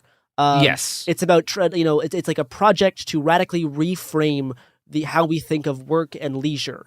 It's like a cognitive antidote to like this culture of like hustle and hard work, which is like taken over our minds and our time. So if like for those who can't just resign from their job for whatever reason, whatever moment, the anti-work is about like thinking of this movement as like the antithesis to the mainstream capitalist hustle culture. That includes like slacking off more, finding ways to waste time, possibly even finding ways to steal or scam your boss. I've read certain alleged ways of doing this inside the anti-work. Yeah, Garrison's subreddit. Had my car for days. I don't even know where they got it from, but yeah. No, but there is ways to like scam whatever corporation you work for, right? There's been examples shared in the anti-Reddit in the anti-work subreddit. So it's about actually like finding, making sure that you hate your work because you should, and then figuring out how to live your life with that in mind. And I think one of the really hard parts about this is for people who like kind of like their job, for people who are like who like either like their job or think it's like kind of important or like they're special to have it, right? It's like, oh, you're like, I'm lucky to have such a good job. Because like when you're stuck in that mindset, you can often put in like a lot of extra unpaid labor because you think it's important, because you're like, oh no, this is worth doing because it's going to have some like benefit to the world. So you end up like putting in actually more work that you don't actually get paid for. And like, it's about trying to like kill that instinct as well. So that's a whole way to think about like working, because like we're going to be stuck. A lot of people are going to be stuck doing it for a while. So how can we kind of reframe what we do on the job and how kind of jobs live in our minds when we are at home? And I think the best thing about what you've said, in my opinion, is the idea that like this is not, the importance is not on whether or not this it causes everyone to stop having to work immediately, like whether or not it leads to, directly to, Like the measure of success of this movement isn't that nobody ever has to work again. That's a long-term goal. The measure of the success of this movement is that people accept en masse that no, the American dream as it's sold to people is not a good thing. It's not a thing to aspire to. Work is bullshit and we should aspire to a society that doesn't do it. It's getting back, honestly, like it's getting back to some of the shit that people were talking about in like when the Jetsons was on TV. The idea that like, well, with labor saving devices, like a hard work week will be 4 hours, and like that's the way life will be for everybody. And like, and it's the acceptance that like, no, a better future involves no one having to spend 40 hours a week of their limited human life working at a fucking Sonic or like listening to some middle manager berate them for not answering phones fast enough. That doesn't exist for any human being in a world that is achievable and better than the one that we live in. Like convincing people of that and getting that to be widely accepted is, I think, what I would consider the terms of victory in this particular struggle. Yeah, kind of moving on from this side of things into like the Great Resignation and the other kind of things that people are doing.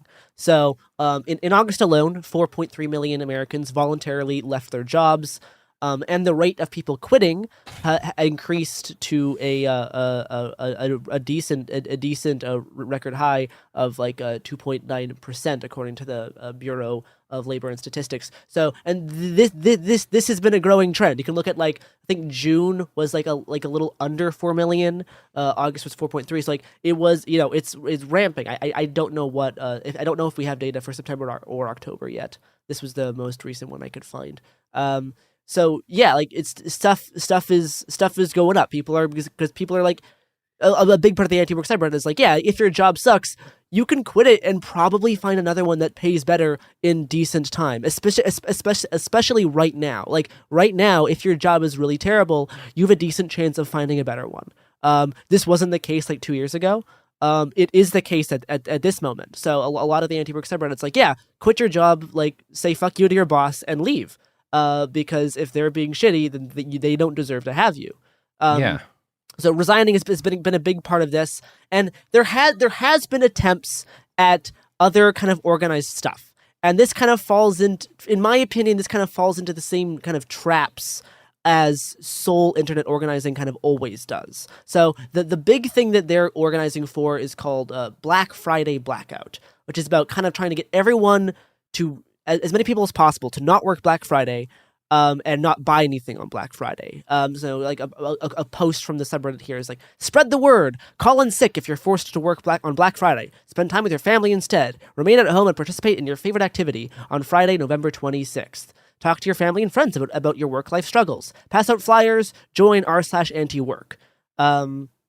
So this is, I think this kind of falls into the same, like, general strike organized online stuff that we talked about before, how kind of like a lack of like real like in-person solidarity and like non-internet, networking and organizing results and stuff like this. Just, like proposed like one-day strikes or actions that are ultimately kind of non-effectual, right? Like they can be like a good symbol sometimes, but like, they're not. It's not really gonna matter that much, even if it works. Would I think it'd be cool if literally no store was open on Black Friday because everyone quit? Yeah, that would be rad. But that's not gonna really happen. It would be fun if it did, but like realistically, it's not gonna happen. And there is people on the subreddit who also point this out. There was a reply to this post that was like, oh look, another online call for a general strike with no union support whatsoever. Don't worry, y'all. This one's definitely gonna work. So it's like, yeah, like a lot of people in the sub also recognize that like without like actual like organizing support, and in-person stuff and, networks to support people on like, lengthy strikes, these types of things are kind of are mostly symbolic actions that will have, in the end, little impact. They may make you feel powerful as you're doing them, which is good. That is a lot of activism is actually just about you feeling powerful in that moment. But as an end goal, it's important to remember to think like this isn't gonna reach whatever anti-work utopia, which I know people organizing it aren't thinking that. But it's important to keep this within context of like the limits of online organizing. So a lot of people like recommend, focusing on organizing your own workplace and community, having discussions with unions kind of in your area. And yeah, a part of kind of the reply to this original like Black Friday blackout post that someone wrote was seriously though, I would love for an actual general strike to kick off, but these online calls for general strikes with no union involvement, no demands, no supports for strikers of any kind, nothing whatsoever beyond social media hashtags don't do anything. Focus on organizing your workplace and your community. Discuss with unions, which might be sympathetic to what criteria they might need from such a drastic action. There's a lot of unions on strike right now, so if there ever was a time to kick one off, it's now. Most general strikes in the past started off with specific strikes that started pulling in other unions and solidarity than anything else. Focus on that, and we might get somewhere. Which I think is a decent advice for the people who are really dedicated onto this kind of like general strike thing. That is pretty good advice in my opinion. I want to say something kind of briefly, just in general, about general strikes, because I think we've talked about it a lot on here, but like they're really, really hard. I mean, there's an example, like just to get a picture of how actually hard it is to pull off. There was one in Sudan in summer of 2019, and I mean, this is in the middle of a revolution, right? Sudan is incredibly highly organized, it's incredibly militant. People have been like.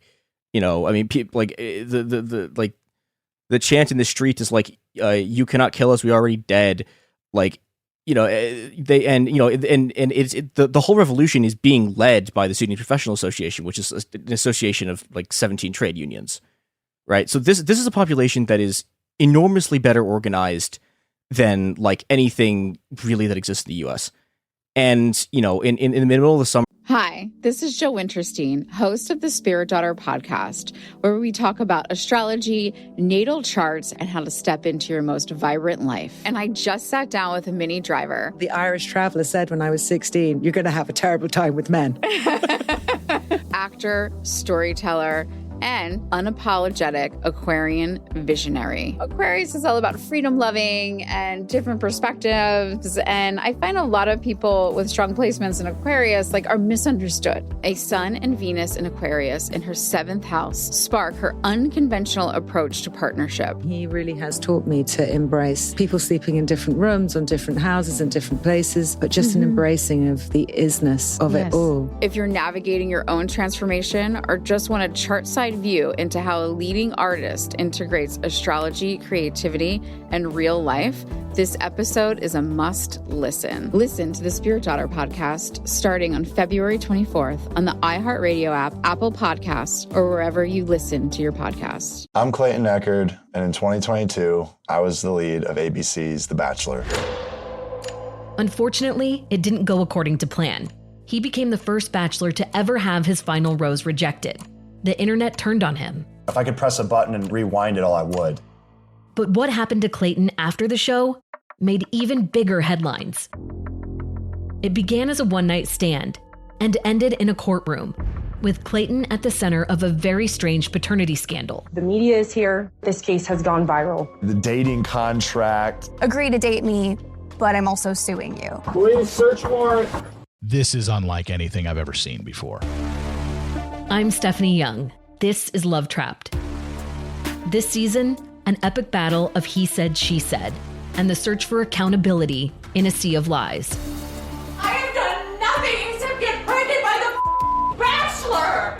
Listen to Love Trapped on the iHeartRadio app, Apple Podcasts, or wherever you get your podcasts.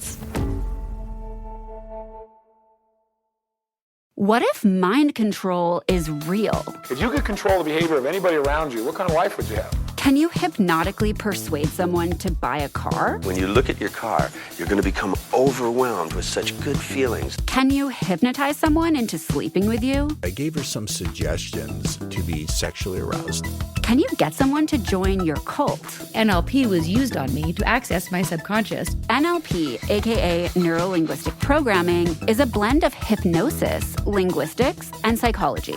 Fans say it's like finally getting a user manual for your brain. It's about engineering consciousness. Mind Games is the story of NLP. Its crazy cast of disciples and the fake doctor who invented it at a New Age commune and sold it to guys in suits. He stood trial for murder and got acquitted. The biggest mind game of all?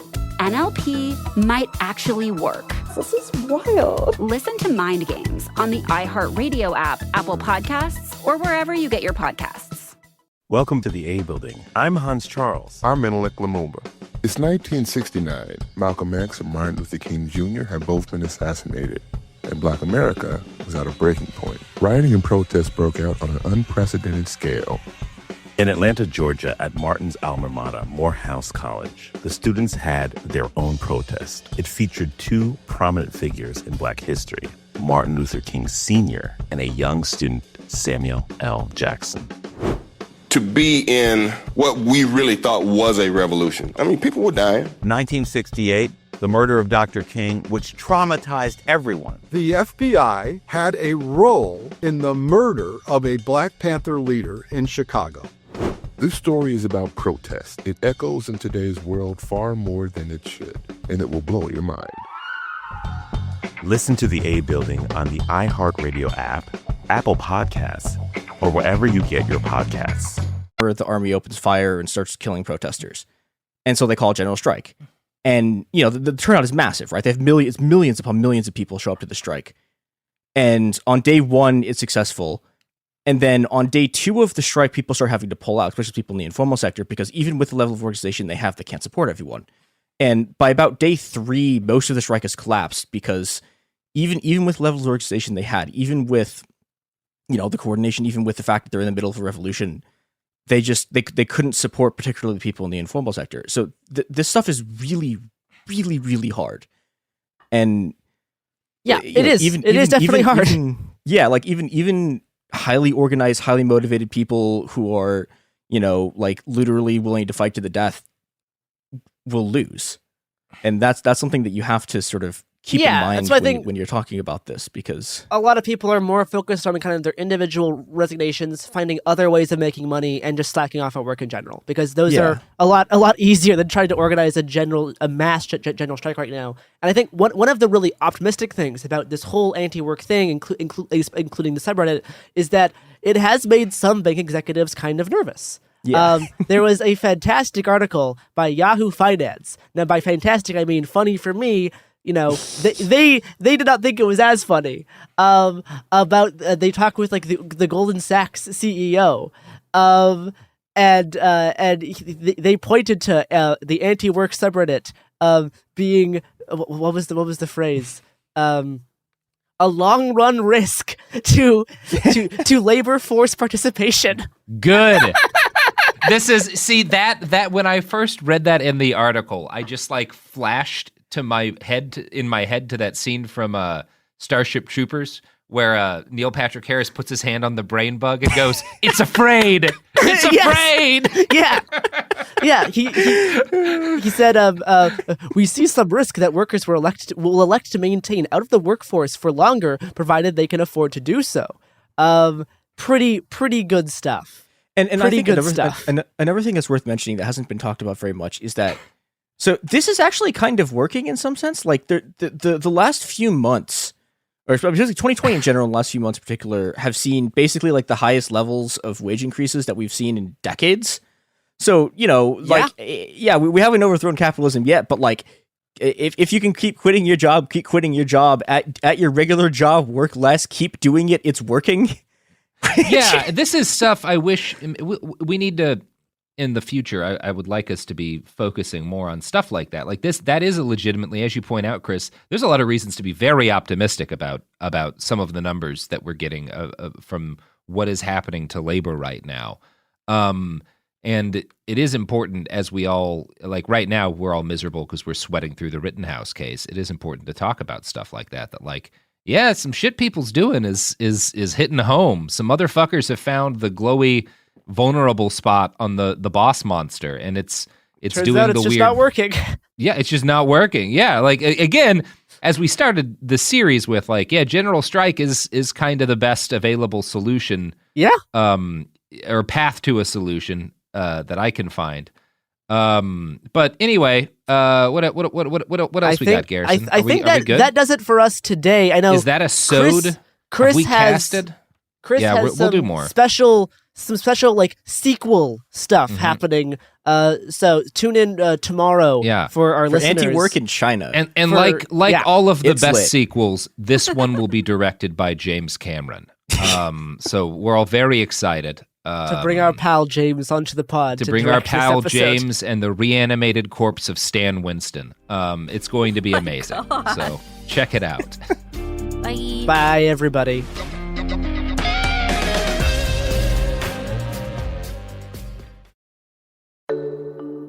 I'm Eve Rodsky, author of the New York Times bestseller Fair Play and Find Your Unicorn Space, activist on the gender division of labor, attorney, and family mediator. And I'm Dr. Aditi Narukar, a Harvard physician and medical correspondent with an expertise in the science of stress, resilience, mental health, and burnout.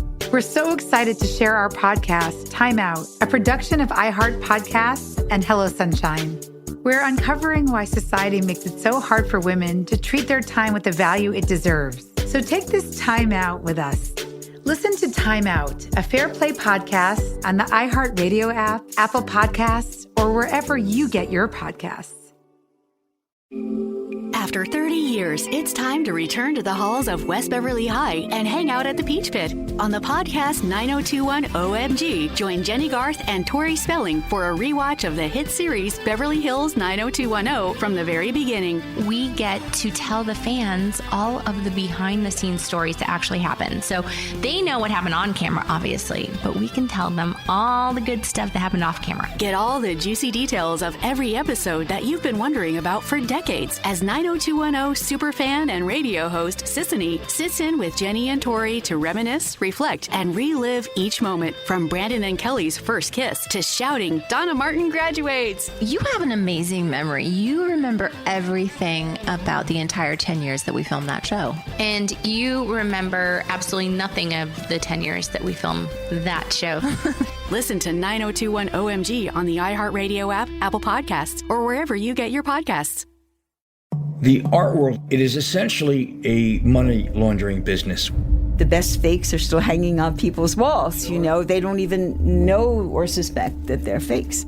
I'm Alec Baldwin, and this is a podcast about deception, greed, and forgery in the art world. You knew the painting was fake. Listen to Art Fraud starting February 1st on the iHeartRadio app, Apple Podcasts, or wherever you get your podcasts.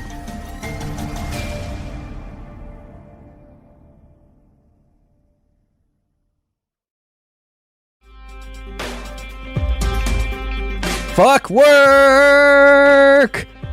Hey. Good introduction. I'm Robert Evans. This is It Could Happen Here. That was Chris. Garrison's also here. So is Sophie, who is changing her name to Sophie. What is your new name? Sophie.com Arena. Sophie.com Arena. She's doing this to deal with the trauma of the fact that Los Angeles just agreed to change the name of the Chase Bank Arena to Crypto.com. Chase Bank, motherfucker! It's Staples Center. Oh, Staples Center. Sorry, I'm getting my arenas named after venal brands mixed up. Yeah, why couldn't people buy more binder clips? Speaking of the pointlessness of work, there are people laboring right now who worked at Staples so that Staples would have enough money to name a place where people go do sports after a place where people get fucking pencils. And now Staples has declined enough that it's just Crypto.com. Fucking Crypto.com. Fucking Crypto.com. Look upon the works so of embarrassing. cryptocurrency, ye formerly mighty Staples, in despair. Fucking the Osmondius of the office supply world. I don't know. Whatever. Chris, what are we talking about? We're going about to Diogenes yet? No, Diogenes comes in the middle. But right now, we're going to go to a place where they banned crypto mining for the most part. So, and that place is China. And I wanted to talk about specifically a lot of stuff that's been going on the Chinese internet and what's been going on in Chinese labor, because Garrison told me we were doing an anti-work episode, and I went, oh yeah, there's a version of this in China. And then I realized that, like, A, almost no one has heard of Lying Flat, and B, it rules, and C, that nobody really in the US knows what's going on the Chinese internet because it's effectively siloed. And I mean, there's lots of different ways to silo. I mean, there's literally the Great Firewall, there's the fact that it's in different languages, people use different apps, and the internet's become this sort of like, it's a bunch of bubbles that don't interact with each other. Yeah, the walled garden thing, and it's the sort of national level walled garden stuff is, I think, in a lot of ways way more dangerous than the stuff, the like people complaining about everyone's stuck in an ideological bubble. And like that's bad, but the fact that we have bubbles like this where it's like, with like actual basically borders but online. Yeah. Because they're enforced by governments and with force and Yeah, the place it was always going to go once we decided not to be rad with the internet, which everyone collectively decided in, I'm going to say 2004. Okay. Yeah. Do you think that was 9/11's fault? 9/11 played a role. 9/11 did play a role. The .com boom played another role. There were a number of factors. But we can all blame it on. Let's blame it on low tax and continue. So, anti-work in China. Before we get into Lying Flat, which is China's version of anti-work, isn't the right word because this actually started a few months before sort of anti-work blew up in the U.S.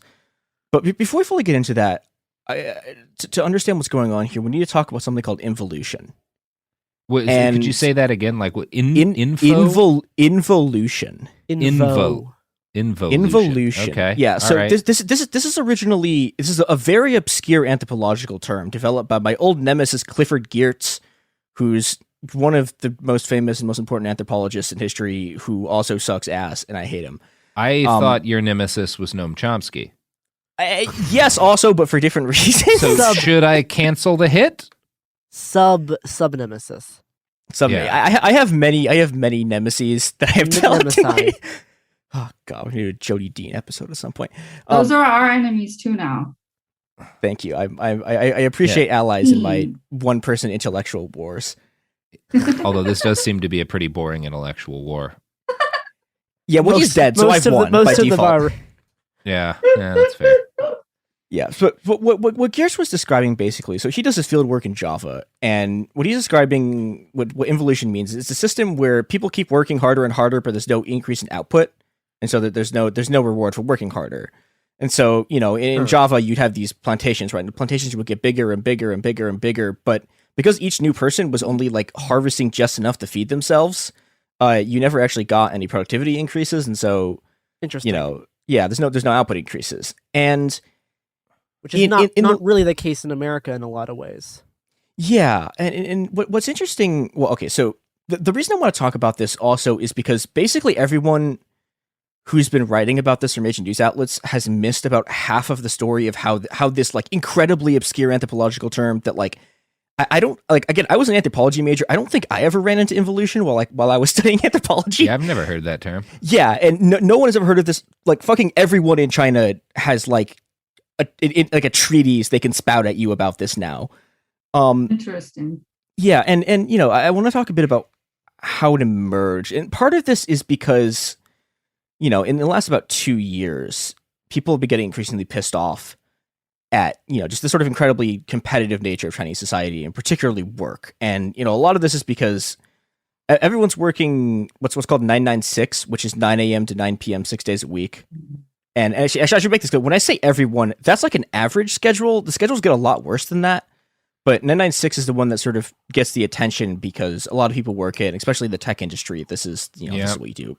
But everyone focuses on the tech industry. Everyone ignores a bunch of migrant workers who also do this and worse.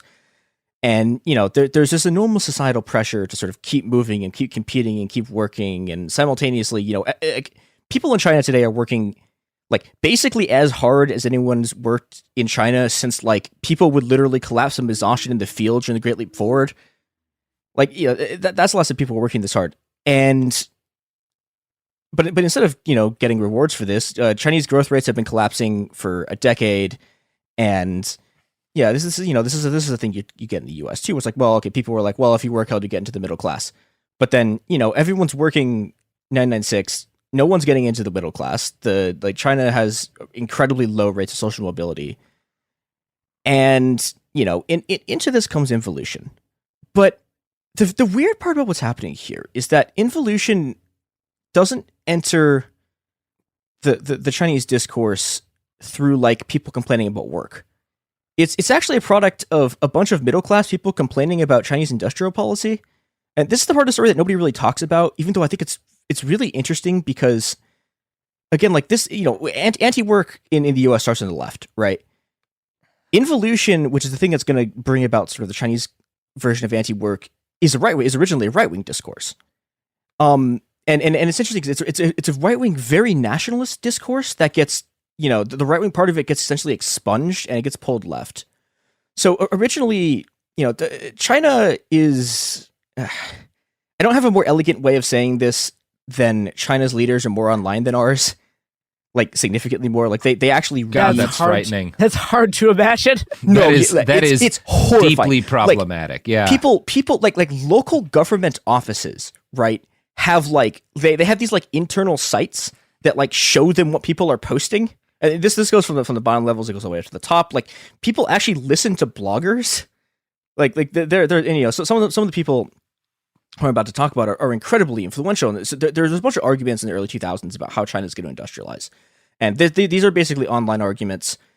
And the guys who win that argument, Xi Jinping basically takes their industrial policy and implements it, which is a scale of like how online these people are. That like, yeah, people are taking economic policy from like literally. I mean, it's not solely that, but yeah, they're taking economic policy from people arguing on the internet. Oh no! Right? This is an incredibly online society, and but the worst part is that for a while it works.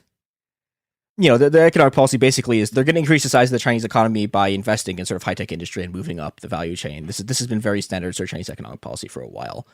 The problem is in the last about decade, it's stopped working. And, the CCP's response was to do more financialization. And this pissed off the online, they were called like the industrial party. This pisses off those guys because, their whole thing was don't financialize, just keep investing in like building airplanes and stuff. And the Chinese economy will work itself out.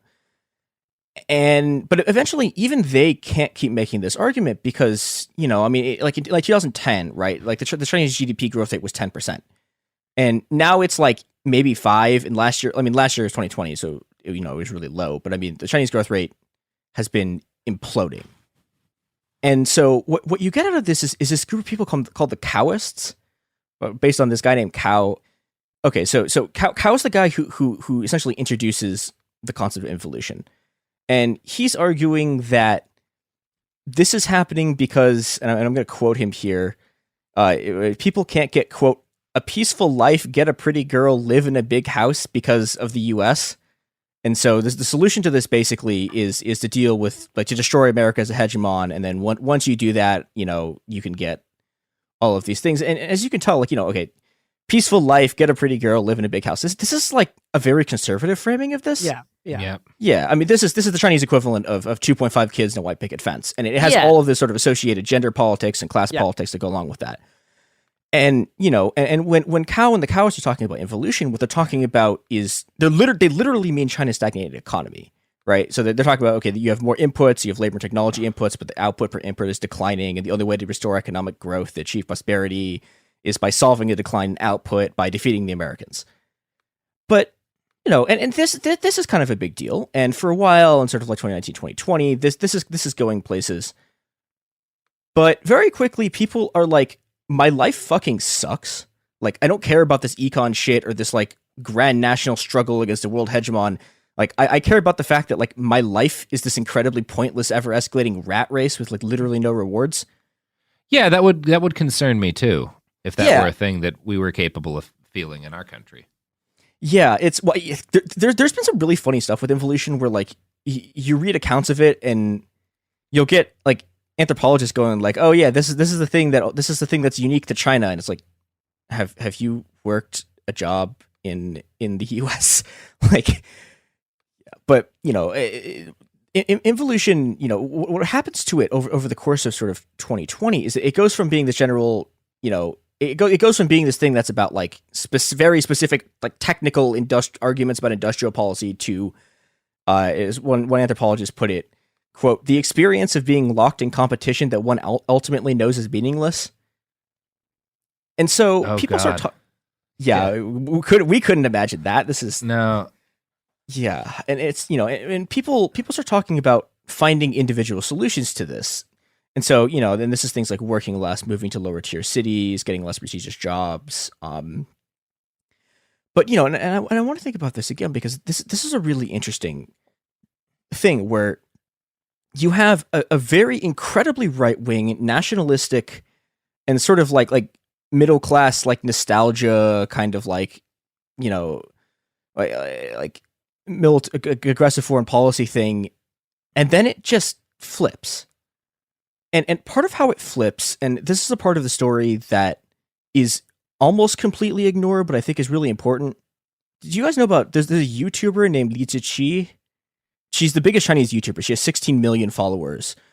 And most of her followers are not on YouTube because, you know, YouTube's like blocked by the firewall. But she has 55 million followers on the sort of Chinese version of TikTok. And yeah, she has across the world, she has 100 million followers, right? Like she's one of the biggest media stars in the world. And her origins are kind of unclear. The like official biography basically says that like when she was 12, instead of going to high school, she became a waitress. And then she had to like, you know, but she'd gone to the city and then she had to return to a rural village to take care of her grandma.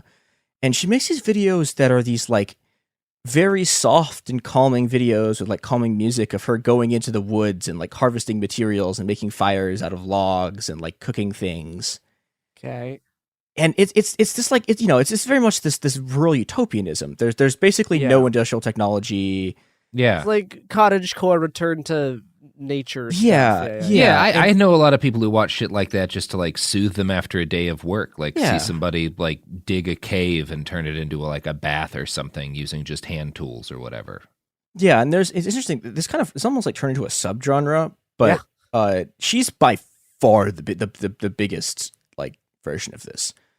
And, you know, so she gets picked up by a media company, and from 2015, 2016 it goes viral. And you know, and it's interesting because, so she's doing this because, so she has to go back to like take care of her grandma. And so she like opens a store and she's trying to support herself and like her grandma by opening a store. And so the videos were like a way to promote the store.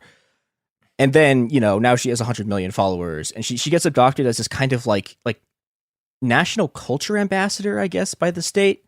Sure. And it's actually, you know, so there's nothing overtly political about these videos at all. Right, which is essentially offering and like trying to sell is this, you know, this like fantasy of retreat from industrial modernity into rural life. Yeah. And I think it's really easy to look at that aesthetic and go like, this is basically fascist, like this is reject modernity, embrace tradition. Some people online, when they see that, immediately seize up and was like, oh no, it's eco-fascism. Yes, some people do think that. Yeah, and I think, you know, and I think like that interpretation, I think, is actually a lot of why it got picked up by Chinese media companies and then like sorted by the Chinese state, because, you know, like having an actual positive utopian image of rural life is politically useful to them, and something that's like not hasn't been true since like we've had this for a long time. Yeah, well, no, and I think I would say this. I think this is the thing that's different in China, is that there hasn't been like a positive conception of rural life really since. I guess the Great Leap Forward, and then like there were some people in the Cultural Revolution, but then they actually went there and were like, oh god, this sucks. And so, you know, so they needed a new one. They came up with this. But, you know, the thing that's different about China than the US is that China's migrant worker population like is almost the entire size of the population of the US. I mean, it's like 270 million people, right? I mean, it's enormous. And a huge number of these people, you know, some of these people are going from like city to city or like town to town, but a lot of these people are coming from rural villages into cities. And, you know, I mean, this is the backbone of the Chinese workforce. And like these people, like they see their family once a year because, you know, like they can't afford to go home. So they go home once a year for New Year's because they get some time off and they come back. And this is where, you know, these videos are an obvious fantasy, but, you know, they suggest an alternative to work in the capitalist city that's sort of plausible, you know, especially if you come from a rural village. And this is where this whole thing completely backfires on the Chinese ruling class. And, you know, because this Taoist involution discourse is about to fuse with this style of rural utopianism into a movement that is going to shake the foundation of work itself. But first, ads. Again, also not connected to anything we're talking about. Nope. No connection whatsoever. Why, Garrison? Don't even bring that up. There's no reason for people to think about the fact that about that. Don't think about it. Here's the Think Washington about State products. Patrol. Think about ads. Yeah, think about the Washington State Highway Patrol. Primary sponsors if it could happen here. If it happens to you, you'll want the Washington State Highway Patrol. It's so be fleeing funny. over the border. It's so funny. Anyway, Yeah. we're trying to get it pulled, but I think it's hilarious. we're working on it, people. I think it's hilarious. Yeah. Anyway, so please here's some ads. please don't join the Washington State Highway Patrol. We're back, and I don't know about y'all, but I thought I knew what I was talking about, and after those ads, I am fully Washington State Highway Patrol pilled. I'm on board. Let's do it. Yeah, in April of 2020, a guy on Chinese social media makes a post, and I'm just going to read it. 2020 or 2021? Sorry, 2021. Yeah, April 2021. So I'm just going to read this post because it's kind of short and it rules. I haven't been working for 2 years. I have just been hanging around and I don't see anything wrong with this. Pressure mainly comes from the generation with your peers and the values of the older generation. These pressures keep popping up. But we don't have to abide by these norms. I can live like Diogenes and sleep in a wooden bucket There enjoying we sunshine. go. I can live like Heraclitus in a cave thinking about logos. Since this land has never had a school of thought that upholds human subjectivity, I can develop one of my own. Lying down is my philosophical movement. Only through lying flat can humans become the measure of all things. Incredibly based. Oh It my fucking God. rules. Oh, that's the best. I love that. Can I talk about Diogenes now? Yeah, Is all that right. the- We is can this talk the about moment? Diogenes. Let's So, go. My man Diogenes he's from this trend in Greek philosophical thought during kind of the high period of Greek civilization, where a bunch of things come out of it. You kind of get anarchism, Western anarchism out of it. You kind of get you get elements of like Puritan culture from it, because a lot of them are very much anti like the pleasures of sex and like anything pleasing, and like you don't do anything that feels good because then you become dependent on it. Like there's a whole bunch of shit going on. And Diogenes was like one of the first motherfuckers who were kind of playing around in this philosophical space.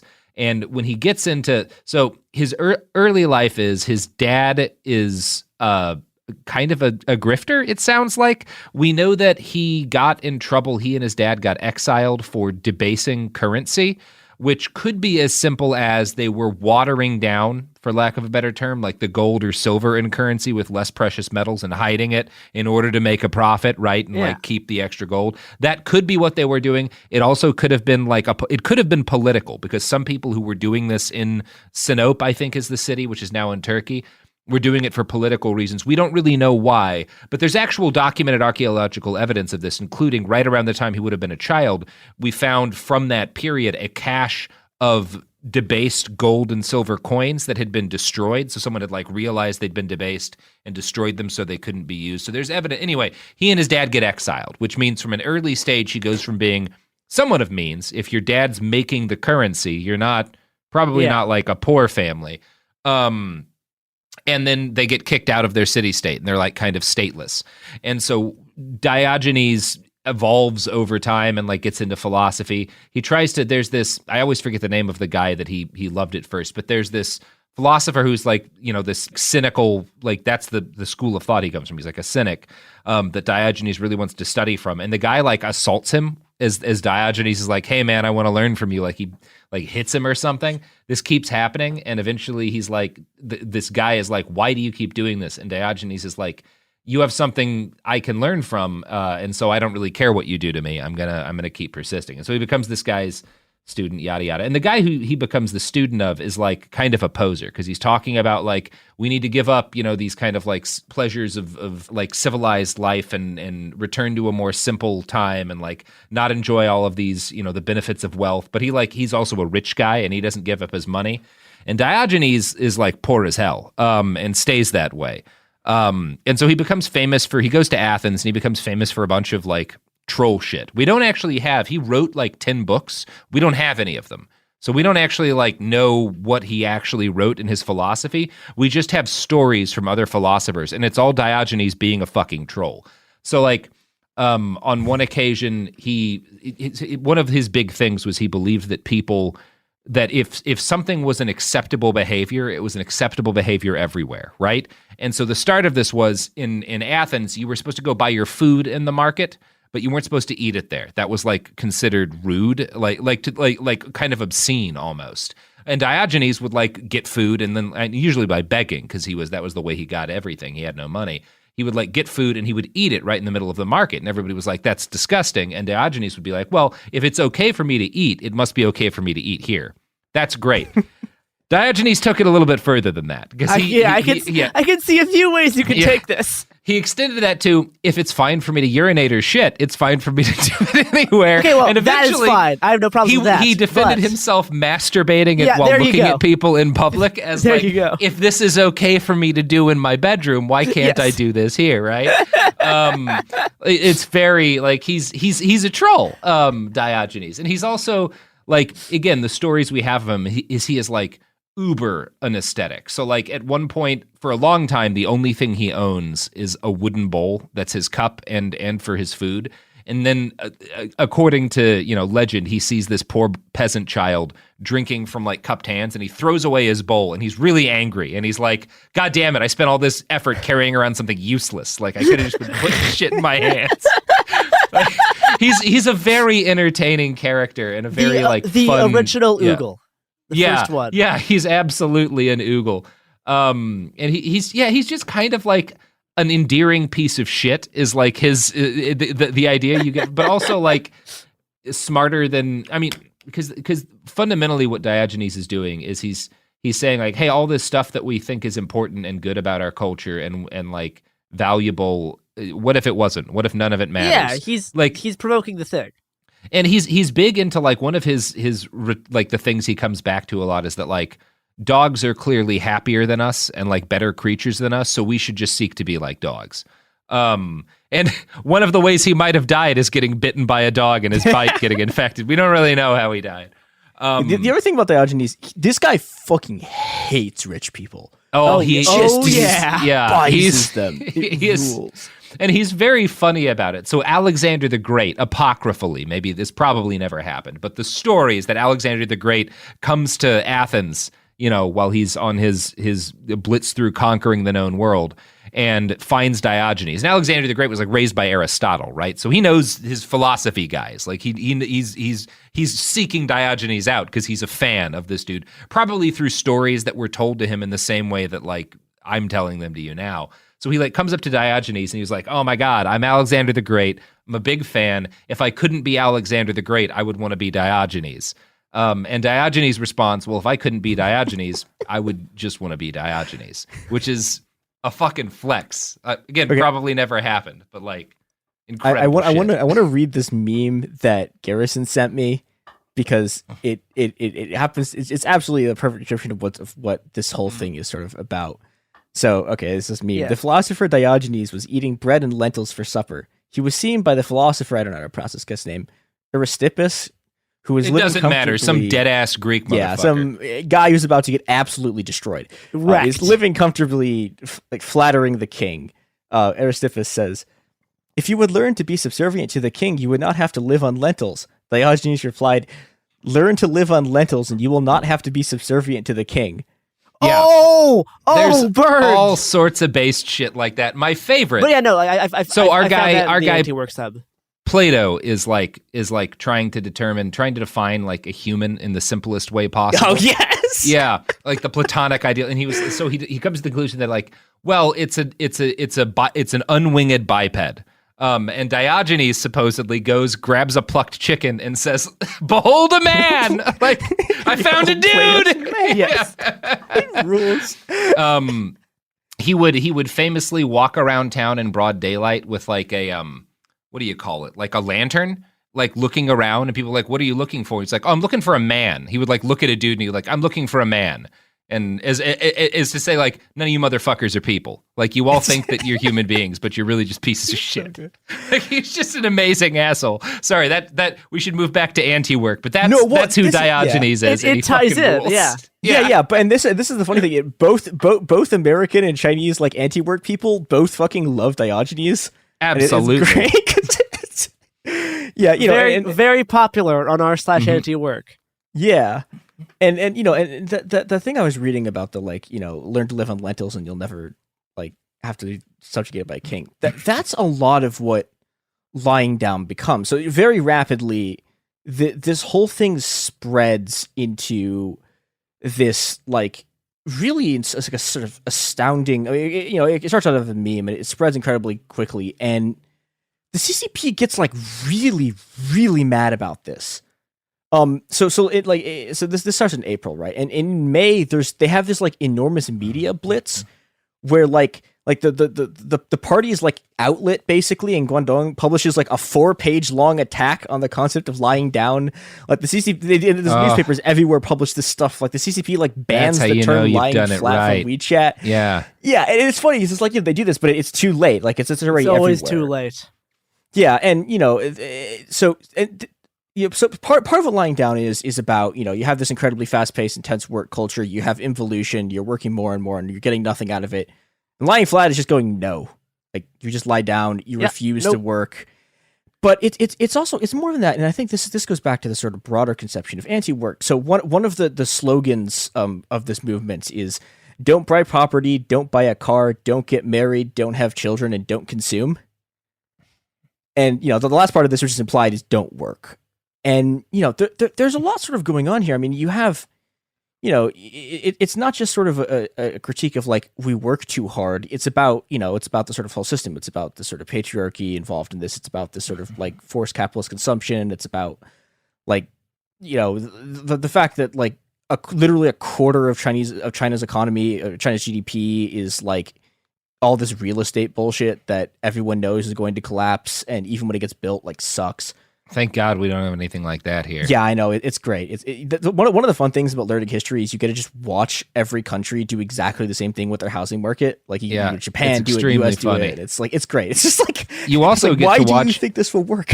One extra fun thing is you get to watch every country do the same thing with farms, and it always ends the same way. Google latifundia. Anyway, bad. Yeah. So there's a lot of, you know, in order to sort of like facilitate this, you know, you get back to the Diogenes. So a lot of it, what's happening is people sharing tips about how to like make the cheapest food you could possibly survive on, so you don't have to work. And so, you know, and people, the guy who wrote the Diogenes post, like he spends $30 a month, and he does this by only eating dried ramen and eggs and like rice. There you go. That's one way to do it. That's a way to do it. Yeah. This is like the most extreme example. Actually, I don't even think it's the most extreme example. A lot of people. Oh, it's probably not. No. Like, one of the things that happens a lot is a bunch of people just like have left their jobs to become monks. This is like a whole thing. Sure. There's just a bunch of, like, I gotta go be a Buddhist. Like, honestly, why not? Absolutely. It's great. Like, I used to live in a place in the middle of fucking nowhere. One of the most like isolated places I've ever lived that like had power. And one of the people who was like, by neighbor, they were within several miles of us, was a monastery. This is in the United States. And like, I went there once because I heard they made good wine, to try and get some of their wine. And like, none of them would answer the door. I could see them inside all staring at me. They didn't do shit. And my overwhelming thought was like, yeah, that seems like a pretty good way to do it. I see why you guys have picked this life. It was also during the 2016 election. So I was like coming back from the RNC and the DNC and was like, yeah, that seems smarter than what I'm doing. Yeah, so there's a lot of, you know, that'd be the extreme example, like people going to become monks. But like one of the things that's happening a lot is, again, you know, China has an enormous migrant worker population, and people are just like, fuck this, I'm going back to my village.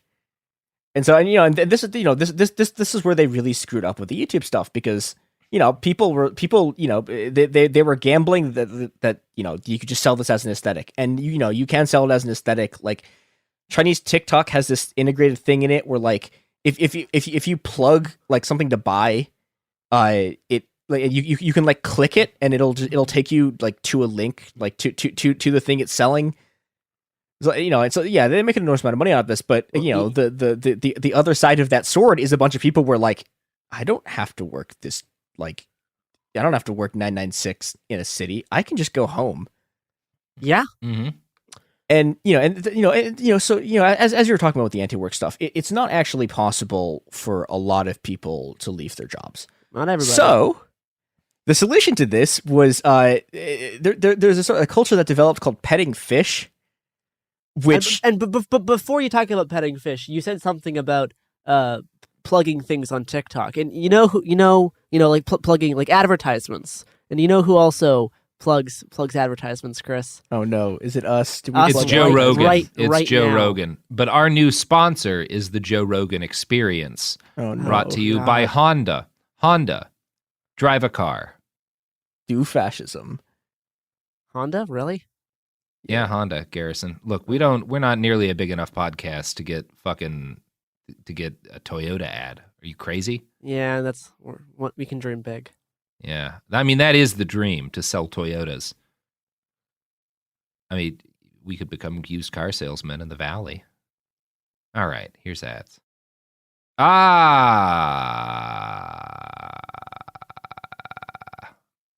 All right. back. Cut We're that. petting fish. Come on, Chris, handle it. Cut that. No, keep it all in, baby. Yeah, so there's developed this thing called the petting fish, which is like Chinese slack off culture, and it's it's a bunch of people sharing tips about how to slack off at work, and it's kind of the Sick. equivalent. Like, I love that it's called petting fish, and then It is good. Yeah, it's kind of the Chinese equivalent of like boss makes $1, I make a dime. That's why I shit on company time. Yeah, and so people do just a lot of like they have a lot of like genuinely fun things they do. Like people started putting like fake meetings on their calendars so people wouldn't bother them. They just like people go like That is also what I do. Yeah. Yeah, I mean, the if you want to make, I love the term petting fish as well, but if you want to like make it sound cool, they're waging an insurgency from within capitalism. It's true. By trying to take resources away from their employers without being spotted. Yeah, there's a thing in Volume 1 of Capital about this that I was like, oh, I could pull this up, and then I was like, that is too much work. I'm not going to do it, so I don't have the thing in Volume 1 where he talks about struggling about labor time. But instead, you get a bunch of people like this, like smuggling whiskey into work, taking 3-hour lunch breaks. Yeah. My favorite one, my absolute favorite one. Drink at work, especially if you're a nurse. Oh boy, we've probably killed about 50 people. This is gonna be great. Crossed. Fingers crossed. So you know how like companies all have these really annoying like mindfulness fitness things? Yes. So one of the things people started doing was, okay, so you know the thing, but like you have to drink 8 times a day. So they would set these alarms that's like, oh, I have to go drink my water. And so like every 50 minutes or something, they just go up and like spend 20 minutes getting water. And they sit back down, and it's like you've just eviscerated an enormous part of your workday. And the product of this, the CCP is really pissed off about this. And, you get these giant billboards that say no lying flat, no petting fish on them, which is something that would have been literally incomprehensible like a year ago. Yeah, no. It's amazing. Yeah. And, and I think this is something, in the U.S., anti-work, like the actual political class kind of has been ignoring it. I mean, you see a couple of financial analysts. In China, Xi Jinping made a speech. It was like he gave a private speech to a bunch of high level people in the party, and so a part of it got printed like a month ago or something. I've lost track of all time, but like specifically in this speech that Xi Jinping is making that is published in the CCP's official like theoretical journal, he's like explicitly saying like don't lie flat and saying, quote, happy life is earned through hard work. Ugh. And yeah, and he also has this rant about like denouncing welfareism, which is great. The communist vanguard there. Yeah. Preaching the immortal science. Yeah. Socialism with Chinese characteristics, motherfuckers. Don't be a welfare queen. That's very Follow fun. Xi Jinping thought. It's great. But it's interesting because this is the one people are really freaked out about. Like I saw like an American writer about this who they wrote like an article about this whole thing, and then they were like, this is gonna cause inflation. And it's like, this is going to be the driver of 21st century inflation. I'm like, what? People just use the word inflation to mean whatever scary thing they want. Yeah, well, they're like, oh, this will increase wages, and that will lead to inflation, and we'll get the 70s again. And I'm like, oh, God. Well, maybe we'll get a tallow disco again. Did you ever think of that, guy? Oh, good God. Our reserves of a tallow disco are critically low? So, Garrison, do you know what a tallow disco is? No idea.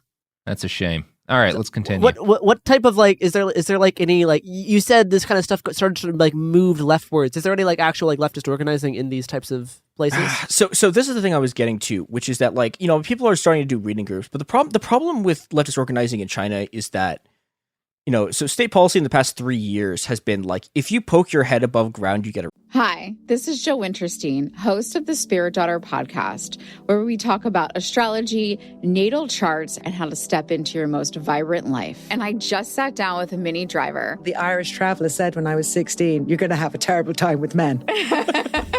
Actor, storyteller, and unapologetic Aquarian visionary. Aquarius is all about freedom loving and different perspectives. And I find a lot of people with strong placements in Aquarius like are misunderstood. A Sun and Venus in Aquarius in her 7th house spark her unconventional approach to partnership. He really has taught me to embrace people sleeping in different rooms, on different houses, in different places, but just an embracing of the isness of it all. If you're navigating your own transformation or just want a chart side view into how a leading artist integrates astrology, creativity, and real life, this episode is a must listen. Listen to the Spirit Daughter podcast starting on February 24th on the iHeartRadio app, Apple Podcasts, or wherever you listen to your podcasts. I'm Clayton Eckerd, and in 2022, I was the lead of ABC's The Bachelor.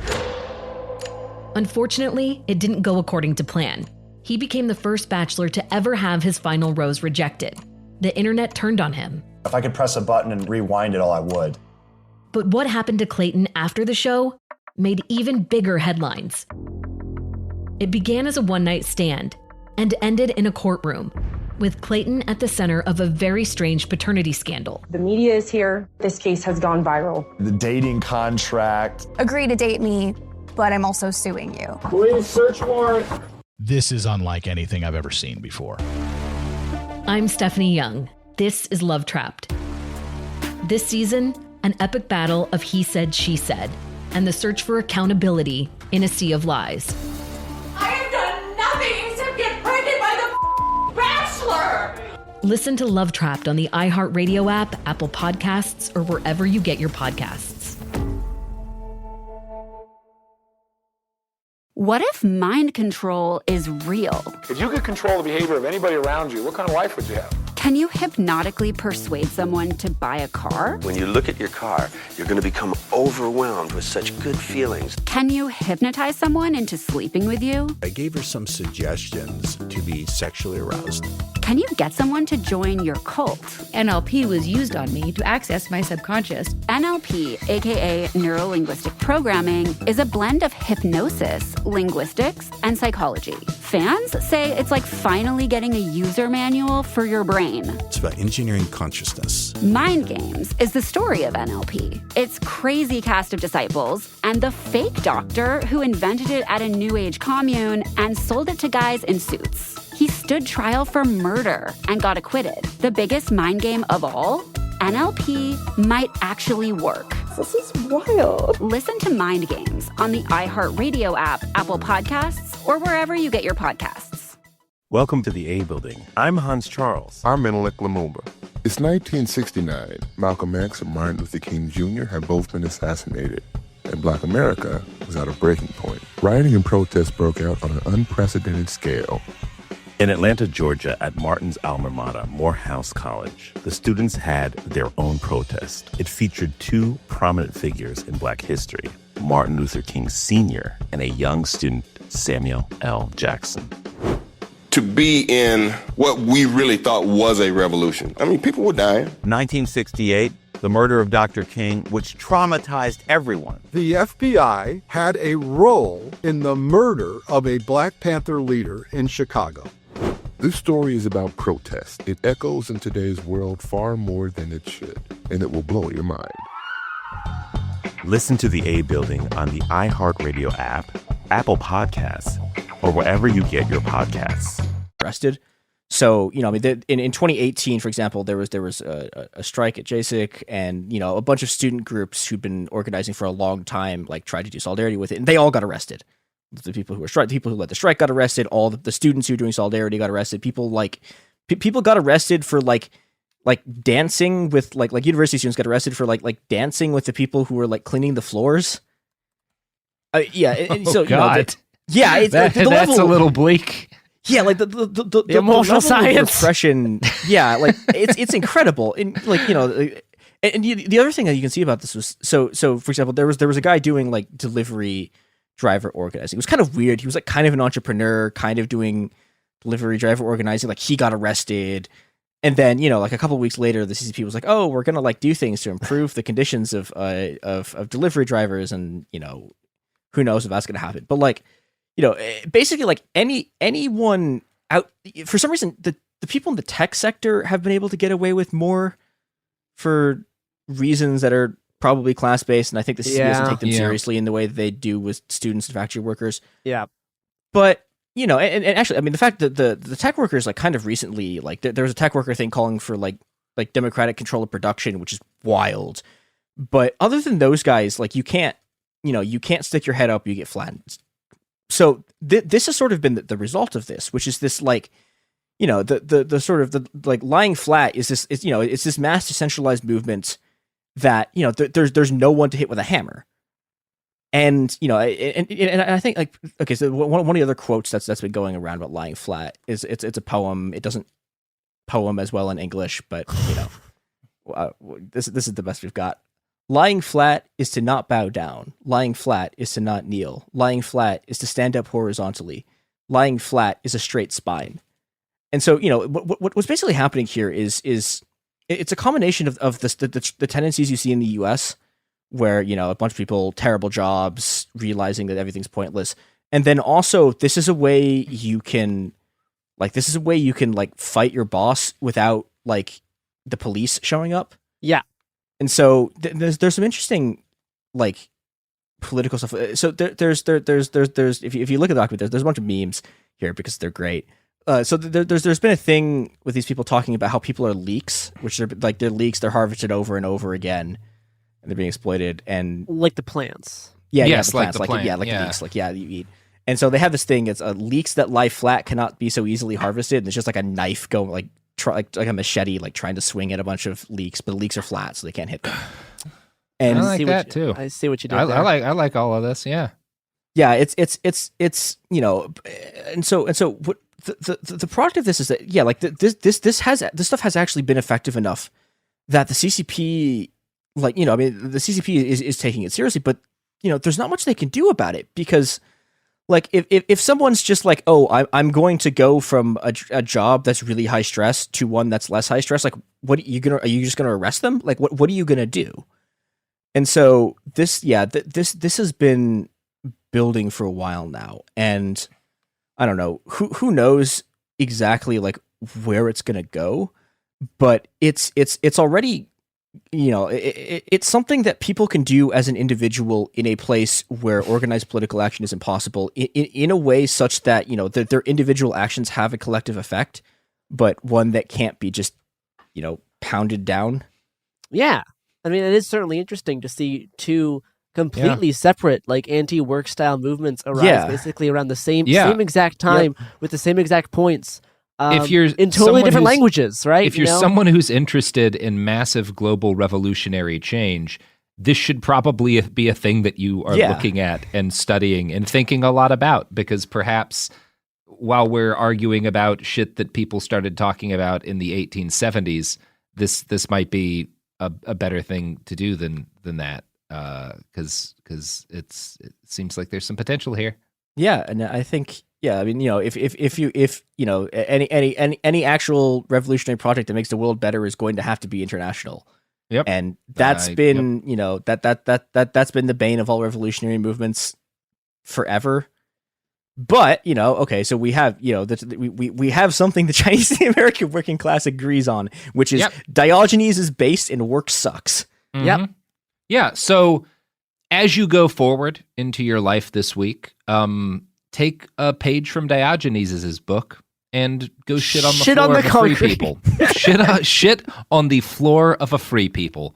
Or, if free people are in H&M, go walk into one and just go absolutely ruin that tile. I mean, fuck it up. This is why my biggest political advice to friends has always been learn to run fast. Because if you learn to run fast, you can do so many more fun things. You can take a shit in a store and then run fast and it's done, right? The problem is that a lot of people who want to do this can't run fast enough. And so learn to run fast, do this. There we go. It's like Mao said, all political power comes from being able to shit really fast and then bolt from the doors of a free people. Just get the hell out of there. The immortal science. Look, I think we should leave with the real immortal science, the immortal words of a skeleton from the share zone. Just walk out. You can leave. Work, social things, movie, home, class, dentist, clothes shops, too fancy weed store, cops if you're quick, friendships. If it sucks, hit the bricks. Yeah. As some comedian who I can't remember now said, always have an exit plan. Like that should be your thought for everything. Everything in the world. Hit the bricks. Hit the fucking bricks. Get out. Anyway, get out of this podcast episode now.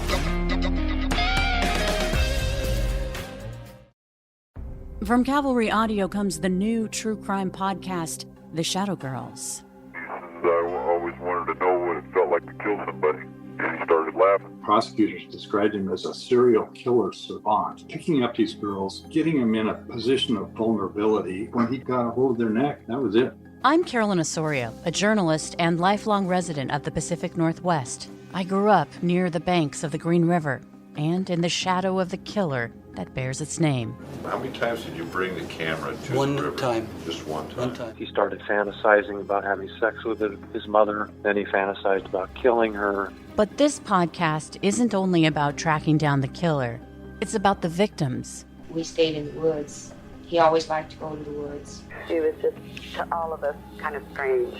You know how he feels about prostitutes? Listen to The Shadow Girls on the iHeartRadio app, on Apple Podcasts, or wherever you get your podcasts.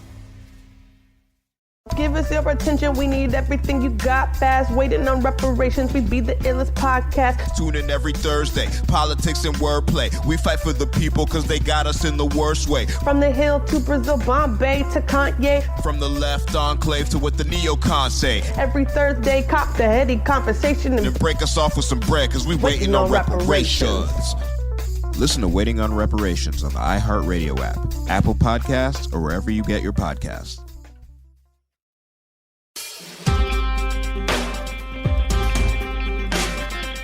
Welcome to It Could Happen Here, a podcast about things falling apart and what you can do about it. My name is Christopher Wong, and today I'm going to be talking about sabotage. But this is not the episode on sabotage that you expect. I will not be discussing, for example, the destruction of machinery, throwing monkey wrenches, slow down strikes, or the myriad of other tactics that workers have used since time immemorial to strike back at their bosses. No, instead, I'm going to be talking about a far more common and infinitely more dangerous form of sabotage: corporate sabotage. Now, the most conspicuous form of corporate sabotage is the mass destruction of a corporation's own products. The fashion company Burberry, for example, destroyed $370 million of its own product in 1 year alone. Louis Vuitton and Chanel also systematically destroy their unsold stock every year, joining H&M and literally lighting their unsold products on fire in order to prevent anyone from using them. Quote Business Insider, Richemont, the owner of Cartier Montblanc, destroyed more than 400 million pounds of watches over a 2-year period after an excess in goods in the Asian markets. Nike has also admitted that a New York store slashed unsold trainers before throwing them away, and last year an Urban Outfitters employee said he was instructed to pour green paint on the unsold stock. These, of course, are only the stories that have made it into the press. And this behavior is by no means limited to high fashion. Grocery stores routinely throw away enormous quantities of unsold goods. And when communities realized they could feed people in need by taking the still good products from grocery store dumpsters, the stores began to destroy the food intentionally. But these acts of destruction, as callous and horrifically greedy as they are by no means the extent of corporate sabotage. To explain, I turn to the work of the economist Thorstein Veblen. Veblen is perhaps best known today for the theory of conspicuous consumption, but he wrote extensively on corporate sabotage. In the first part of The Engineers and the Price System, a work that has been broadly ignored even by his followers, Veblen wrote a section called On the Nature and Uses of Sabotage.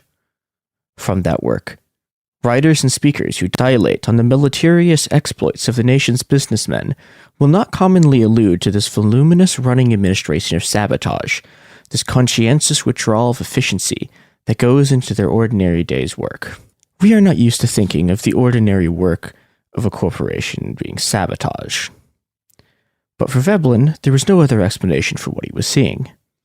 In the wake of World War I, there was an enormous explosion in unemployment, an enormous need on behalf of the population, but even as the unemployed begged to be let in to create the products that could fill the needs of their fellow humans, business owners steadfastly refused to open their factories. As Veblen explained, but for reasons of business expediency, it is impossible to let these idle plants and idle workmen go to work. That is to say, for reasons of insufficient profit to the businessmen interested, or, in other words, for reasons of insufficient income to the vested interests which control the staple industries and so regulate the output of product. Veblen was not alone in observing these or similar conditions. John Maynard Keynes, writing during the Depression, observed nearly precisely the same thing. For Keynes, the solution simply was to have the government step in to increase demand. But for Veblen, this missed the core of the problem. The real problem was that a core of absentee owners had the ability to shut down the factories in the first place by simple virtue of their ownership. This, Veblen argued, was simply sabotage, no different from the hated strikes of the IWW that so racked and perturbed the capitalist ruling class of his time. At least the workers could argue that they were simply fighting for a better share of what they'd created. The absentee owners, on the other hand, who had no actual involvement in the production process whatsoever, simply carried out sabotage on an enormous scale in order to secure their own returns. And this was true even in times that weren't marked by massive depressions. In order to make payments to capitalists, Veblen argued, who expect a certain rate of return on their investment, corporations must maintain prices at such a level that they can meet their returns, and the only way they can do this is sabotage. For the good of business, it is necessary to curtail production of the means of life, on pain of unprofitable prices, at the same time that the increasing need of all sorts of necessities of life must be met in some passable fashion, on pain of popular disturbances, as will always come of popular distress when they pass the limit of tolerance. This sabotage, Veblen argued, was simply a product of the price system. Any production that was too efficient would simply and inevitably be sabotaged for private gain. Because in order to maintain prices that would maintain the returns of investors, it was necessary to ensure that production never became too efficient and produced too many goods. Veblen used as his example the 20th century post office, but we could just as easily point to Trump sabotaging the post office in 2020 in a dual bid to privatize the service by causing it to collapse and prevent mail-in votes from being counted as part of his attempt to win the 2020 election. In their book Capital as Power, economists Shimshon Bickler and Jonathan Nietzsche take Veblen's argument and expand on it, noting that capitalism, far from encouraging productivity writ large, makes things inefficient on purpose. They use the example of public transportation, which is, by essentially any measure, a significantly more efficient way of moving people around the U.S. As an example, in the U.S. in the 1940s, 100 electric rail lines were bought up and destroyed by car companies. Those same companies likewise twice destroyed incredibly efficient and popular electric cars, once in the 1930s and again in the 1980s, because the profit rate was lower than that of gas cars. They then set out to cause everyone to forget that they'd actually done this, until Elon Musk figured out a way to sell electric cars that was profitable, namely by selling himself as a brand and not the cars themselves. Now, if capitalism was simply destroying its own products in order to create Elon Musk's, you could argue that the system at least produced advancements before it stopped them. But the most violent forms of sabotage are reserved for productive systems that are simultaneously efficient and outside of capitalist control altogether. Perhaps the best known example of this is the British East India Company's deindustrialization of the Indian textile industry. Not to be outmatched by their British forebears, American settlers and their allies in the American military exterminated the buffalo herds of the Great Plains in an attempt to starve out the indigenous tribes that lived there. In doing so, they destroyed an enormously productive and sustainable agricultural system. They did so precisely because the system was efficient. So efficient, in fact, that it allowed indigenous tribes to repeatedly defeat the American army in defense of their lands. We are used to thinking of capitalism as the system of production, but here, amidst the fields of buffalo corpses, is something else entirely. Capitalism appearing in its true form, a system of organized sabotage. To fully untangle what this means, let us return to Veblen. Veblen divided capitalism into two separate processes. The first he called industry. Industry, Veblen argued, has existed long before capitalism and will continue to exist long after it. As Bickler and Nietzsche put it, quote, "When considered in isolation from contemporary business institutions, the principal goal of industry, its raison d'etre according to Veblen, is the efficient production of quality goods and services for the betterment of human life. Industry is an inherently collective undertaking. Its basis is cooperation and integration, the creation of communal knowledge that allows production and scientific advance to occur, and coordination and cooperation between people to create things for each other. Left to its own devices, industry would simply produce goods for people. It has no concern for profitability, rates of returns, or capitalization. Unfortunately, capitalism is defined by private ownership. This is what Veblen calls business. Business is a system of power that extracts wealth from industry by means of sabotage. Production to serve human need, the basis of industry, is useless to business unless it can be turned into a revenue stream. It does this by taking control of industry and its products and then restricting access to it. Bickler and Nietzsche put it, "The most important feature of private ownership is not that it enables those who own, but that it disables those who do not. Technically, anyone can get in someone else's car and drive away, or give an order to sell all of Warren Buffett's shares in Berkshire Hathaway. The purpose of private ownership is wholly and only an institution of exclusion, and institutional exclusion is a matter of organized power. As we can see from the genocide on the plains, this power is no abstract force. Veblen tends to focus on the power of absentee owners to stop production, and for good reason. But business stands in the way of industry, in more immediate ways too. After all, the purpose of cooperative industry is to make goods, to improve our lives. And yet in between us and the proceeds that industry creates to serve our needs, there is a cash register and a cop. Even the creators of a Louis Vuitton bag, or, for that matter, a tomato, have no claim on it once business takes over, and business would rather destroy it than see it fall into their hands. The famous Russian anarchist theorist Peter Kropotkin was writing along similar lines to Veblen just a few years before. Veblen, it seems, had been exposed to anarchist ideas through his association with the industrial workers of the world. In the early 1900s, it was not altogether unusual for economists to move in radical circles. The great Italian economist Piero Sraffa smuggled pens and papers to Antonio Gramsci, while Gramsci, the head of the Italian Communist Party, was a prisoner of the Italian fascist regime. Sraffa would later extract the writings that Gramsci had written in prison, unleashing Gramsci's prison notebooks onto the world. But Veblen was unique even among these economists for the extent that he incorporated radical theories directly into his work, as you've seen with his adoption of sabotage as a way of thinking about capitalism. This led Veblen to call the end of the system of what he described as vested interests in absentee owners. Veblen's solution, however, which he described as a, quote, Soviet of technicians that would manage production for all society, leaves a lot to be desired for. So let us return to the source. Here's Kropotkin in The Conquest of Bread. The mines, though they represent the labor of several generations and derive their sole value from the requirements of the industry of a nation and the density of the population, the mines also belong to the few, and these few restrict the output of coal or prevent it entirely, if they find more profitable investments for their capital. Machinery, too, has become the exclusive property of the few, and even when a machine incontestably represents an improvement added to the original rough invention by 3 or 4 generations of workers, it nonetheless belongs to a few owners.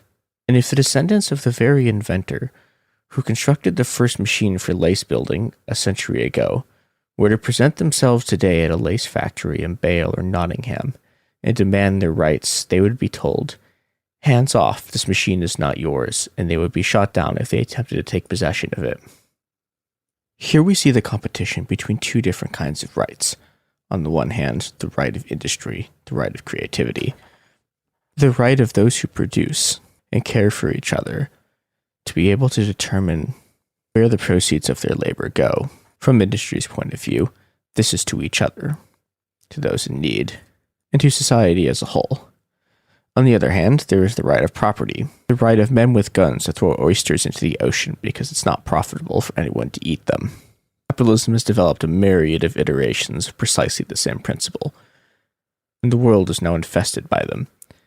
Patent trolls haunt the already fraught waters of intellectual property, buying up patents for cheap, or on rare occasions creating something themselves, for the sole purpose of preventing anyone else from using it, making money by suing anyone who dares try. Large corporations, of course, do precisely the same thing. See, for example, Disney's war on the concept of anything at all, falling into the public domain. This sabotage, and on this, all four of our interlocutors, Veblen, Kropotkin, Claire-Nietzsche agree, as long as private ownership exists, because sabotage is all private ownership really is. But it is not simply enough to answer corporate sabotage with their own sabotage. As Veblen pointed out, this is simply the ordinary state of affairs under capitalism. For Kropotkin, the answer was simple. This rich endowment, painfully won, builded, fashioned, or invented by our ancestors, must become common property so that the collective interest of men may gain from it the greatest good for all. There must be expropriation, the well-being of all, the end. Expropriation, the means. How precisely to go about doing such a thing has been the subject of endless debate for nearly 200 years, and I am not arrogant enough to propose to solve the problem here. But a system where a company can prevent even the US government from attempting to produce ventilators by simply buying up the company that won the contract and refusing to fill the order to maintain the value of the ventilators it was already producing is a system based on nothing less than ensuring that people will die for a 5% rate of return. If we are to have any hope of stopping the ravages that climate change promises for our future, we cannot afford to be sabotaged at every step. Hey, we'll be back Monday with more episodes every week from now until the heat death of the universe. It Could Happen Here is a production of Cool Zone Media. For more podcasts from Cool Zone Media, visit our website, coolzonemedia.com, or check us out on the iHeartRadio app, Apple Podcasts, or wherever you listen to podcasts. You can find sources for It Could Happen Here updated monthly at coolzonemedia.com/sources. Thanks for listening. Conquer your New Year's resolutions with the Before Breakfast podcast. In each bite-sized daily episode, you'll learn how to make the most of your time with practical tools to help you feel less busy and get more done. Listen to Before Breakfast on the iHeartRadio app or wherever you get your podcasts. What's up, guys? I'm Rashad Bilal. And I am Troy Millings, and we are the hosts of the Earn Your Leisure podcast, where we break down business models and examine the latest trends in finance. We hold court and have exclusive interviews with some of the biggest names in business, sport, and entertainment. From DJ Khaled to Mark Cuban, Rick Ross, and Shaquille O'Neal. Our alumni list is expansive. Listen in as our guests reveal their business models, hardships, and triumphs in their respective fields. The knowledge is in depth, and the questions are always delivered from your standpoint. We want to know what you want to know. We talk to the legends of business, sports, and entertainment about how they got their start and, most importantly, how they make their money. Earn Your Leisure is a college business class mixed with pop culture. Want to learn about the real estate game? Unclear as how the stock market works? We got you. Interested in starting a trucking company or a vending machine business? Not really sure about how taxes or credit work? We got it all covered. The Earn Your Leisure podcast is available now. Listen to Earn Your Leisure on the Black Effect Podcast Network, iHeartRadio app, Apple Podcasts, or wherever you get your podcasts.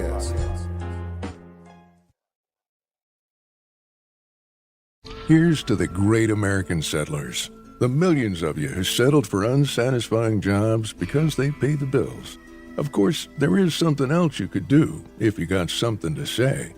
Start a podcast with Spreaker from iHeart and unleash your creative freedom. Maybe even earn enough money to one day tell your old boss, "Hey, I'm no settler. I'm an explorer." Spreaker.com. Spreaker.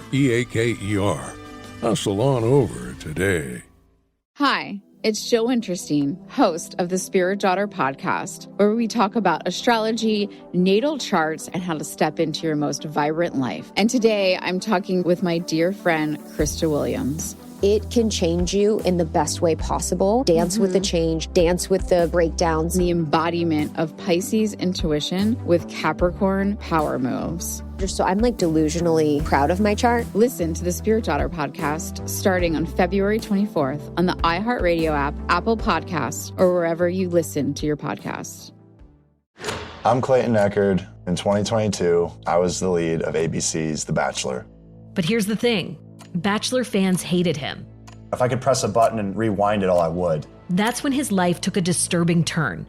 A one-night stand would end in a courtroom. The media is here. This case has gone viral. The dating contract. Agree to date me, but I'm also suing you. This is unlike anything I've ever seen before. I'm Stephanie Young. Listen to Love Trapped on the iHeartRadio app, Apple Podcasts, or wherever you get your podcasts. What if mind control is real? If you could control the behavior of anybody around you, what kind of life would you have? Can you hypnotically persuade someone to buy a car? When you look at your car, you're going to become overwhelmed with such good feelings. Can you hypnotize someone into sleeping with you? I gave her some suggestions to be sexually aroused. Can you get someone to join your cult? NLP was used on me to access my subconscious. Mind Games, a new podcast exploring NLP, aka Neuro-Linguistic Programming. Is it a self-help miracle, a shady hypnosis scam, or both? Listen to Mind Games on the iHeartRadio app, Apple Podcasts, or wherever you get your podcasts. 1969. Malcolm and Martin are gone. America is in crisis. And at Morehouse College, the students make their move. These students, including a young Samuel L. Jackson, locked up the members of the Board of Trustees, including Martin Luther King Sr. It's the true story of protest and rebellion in Black American history that you'll never forget. I'm Hans Charles. I'm Menelik Lumumba. Listen to The A Building on the iHeartRadio app, Apple Podcasts, or wherever you get your podcasts. This is an iHeart podcast. Guaranteed Human.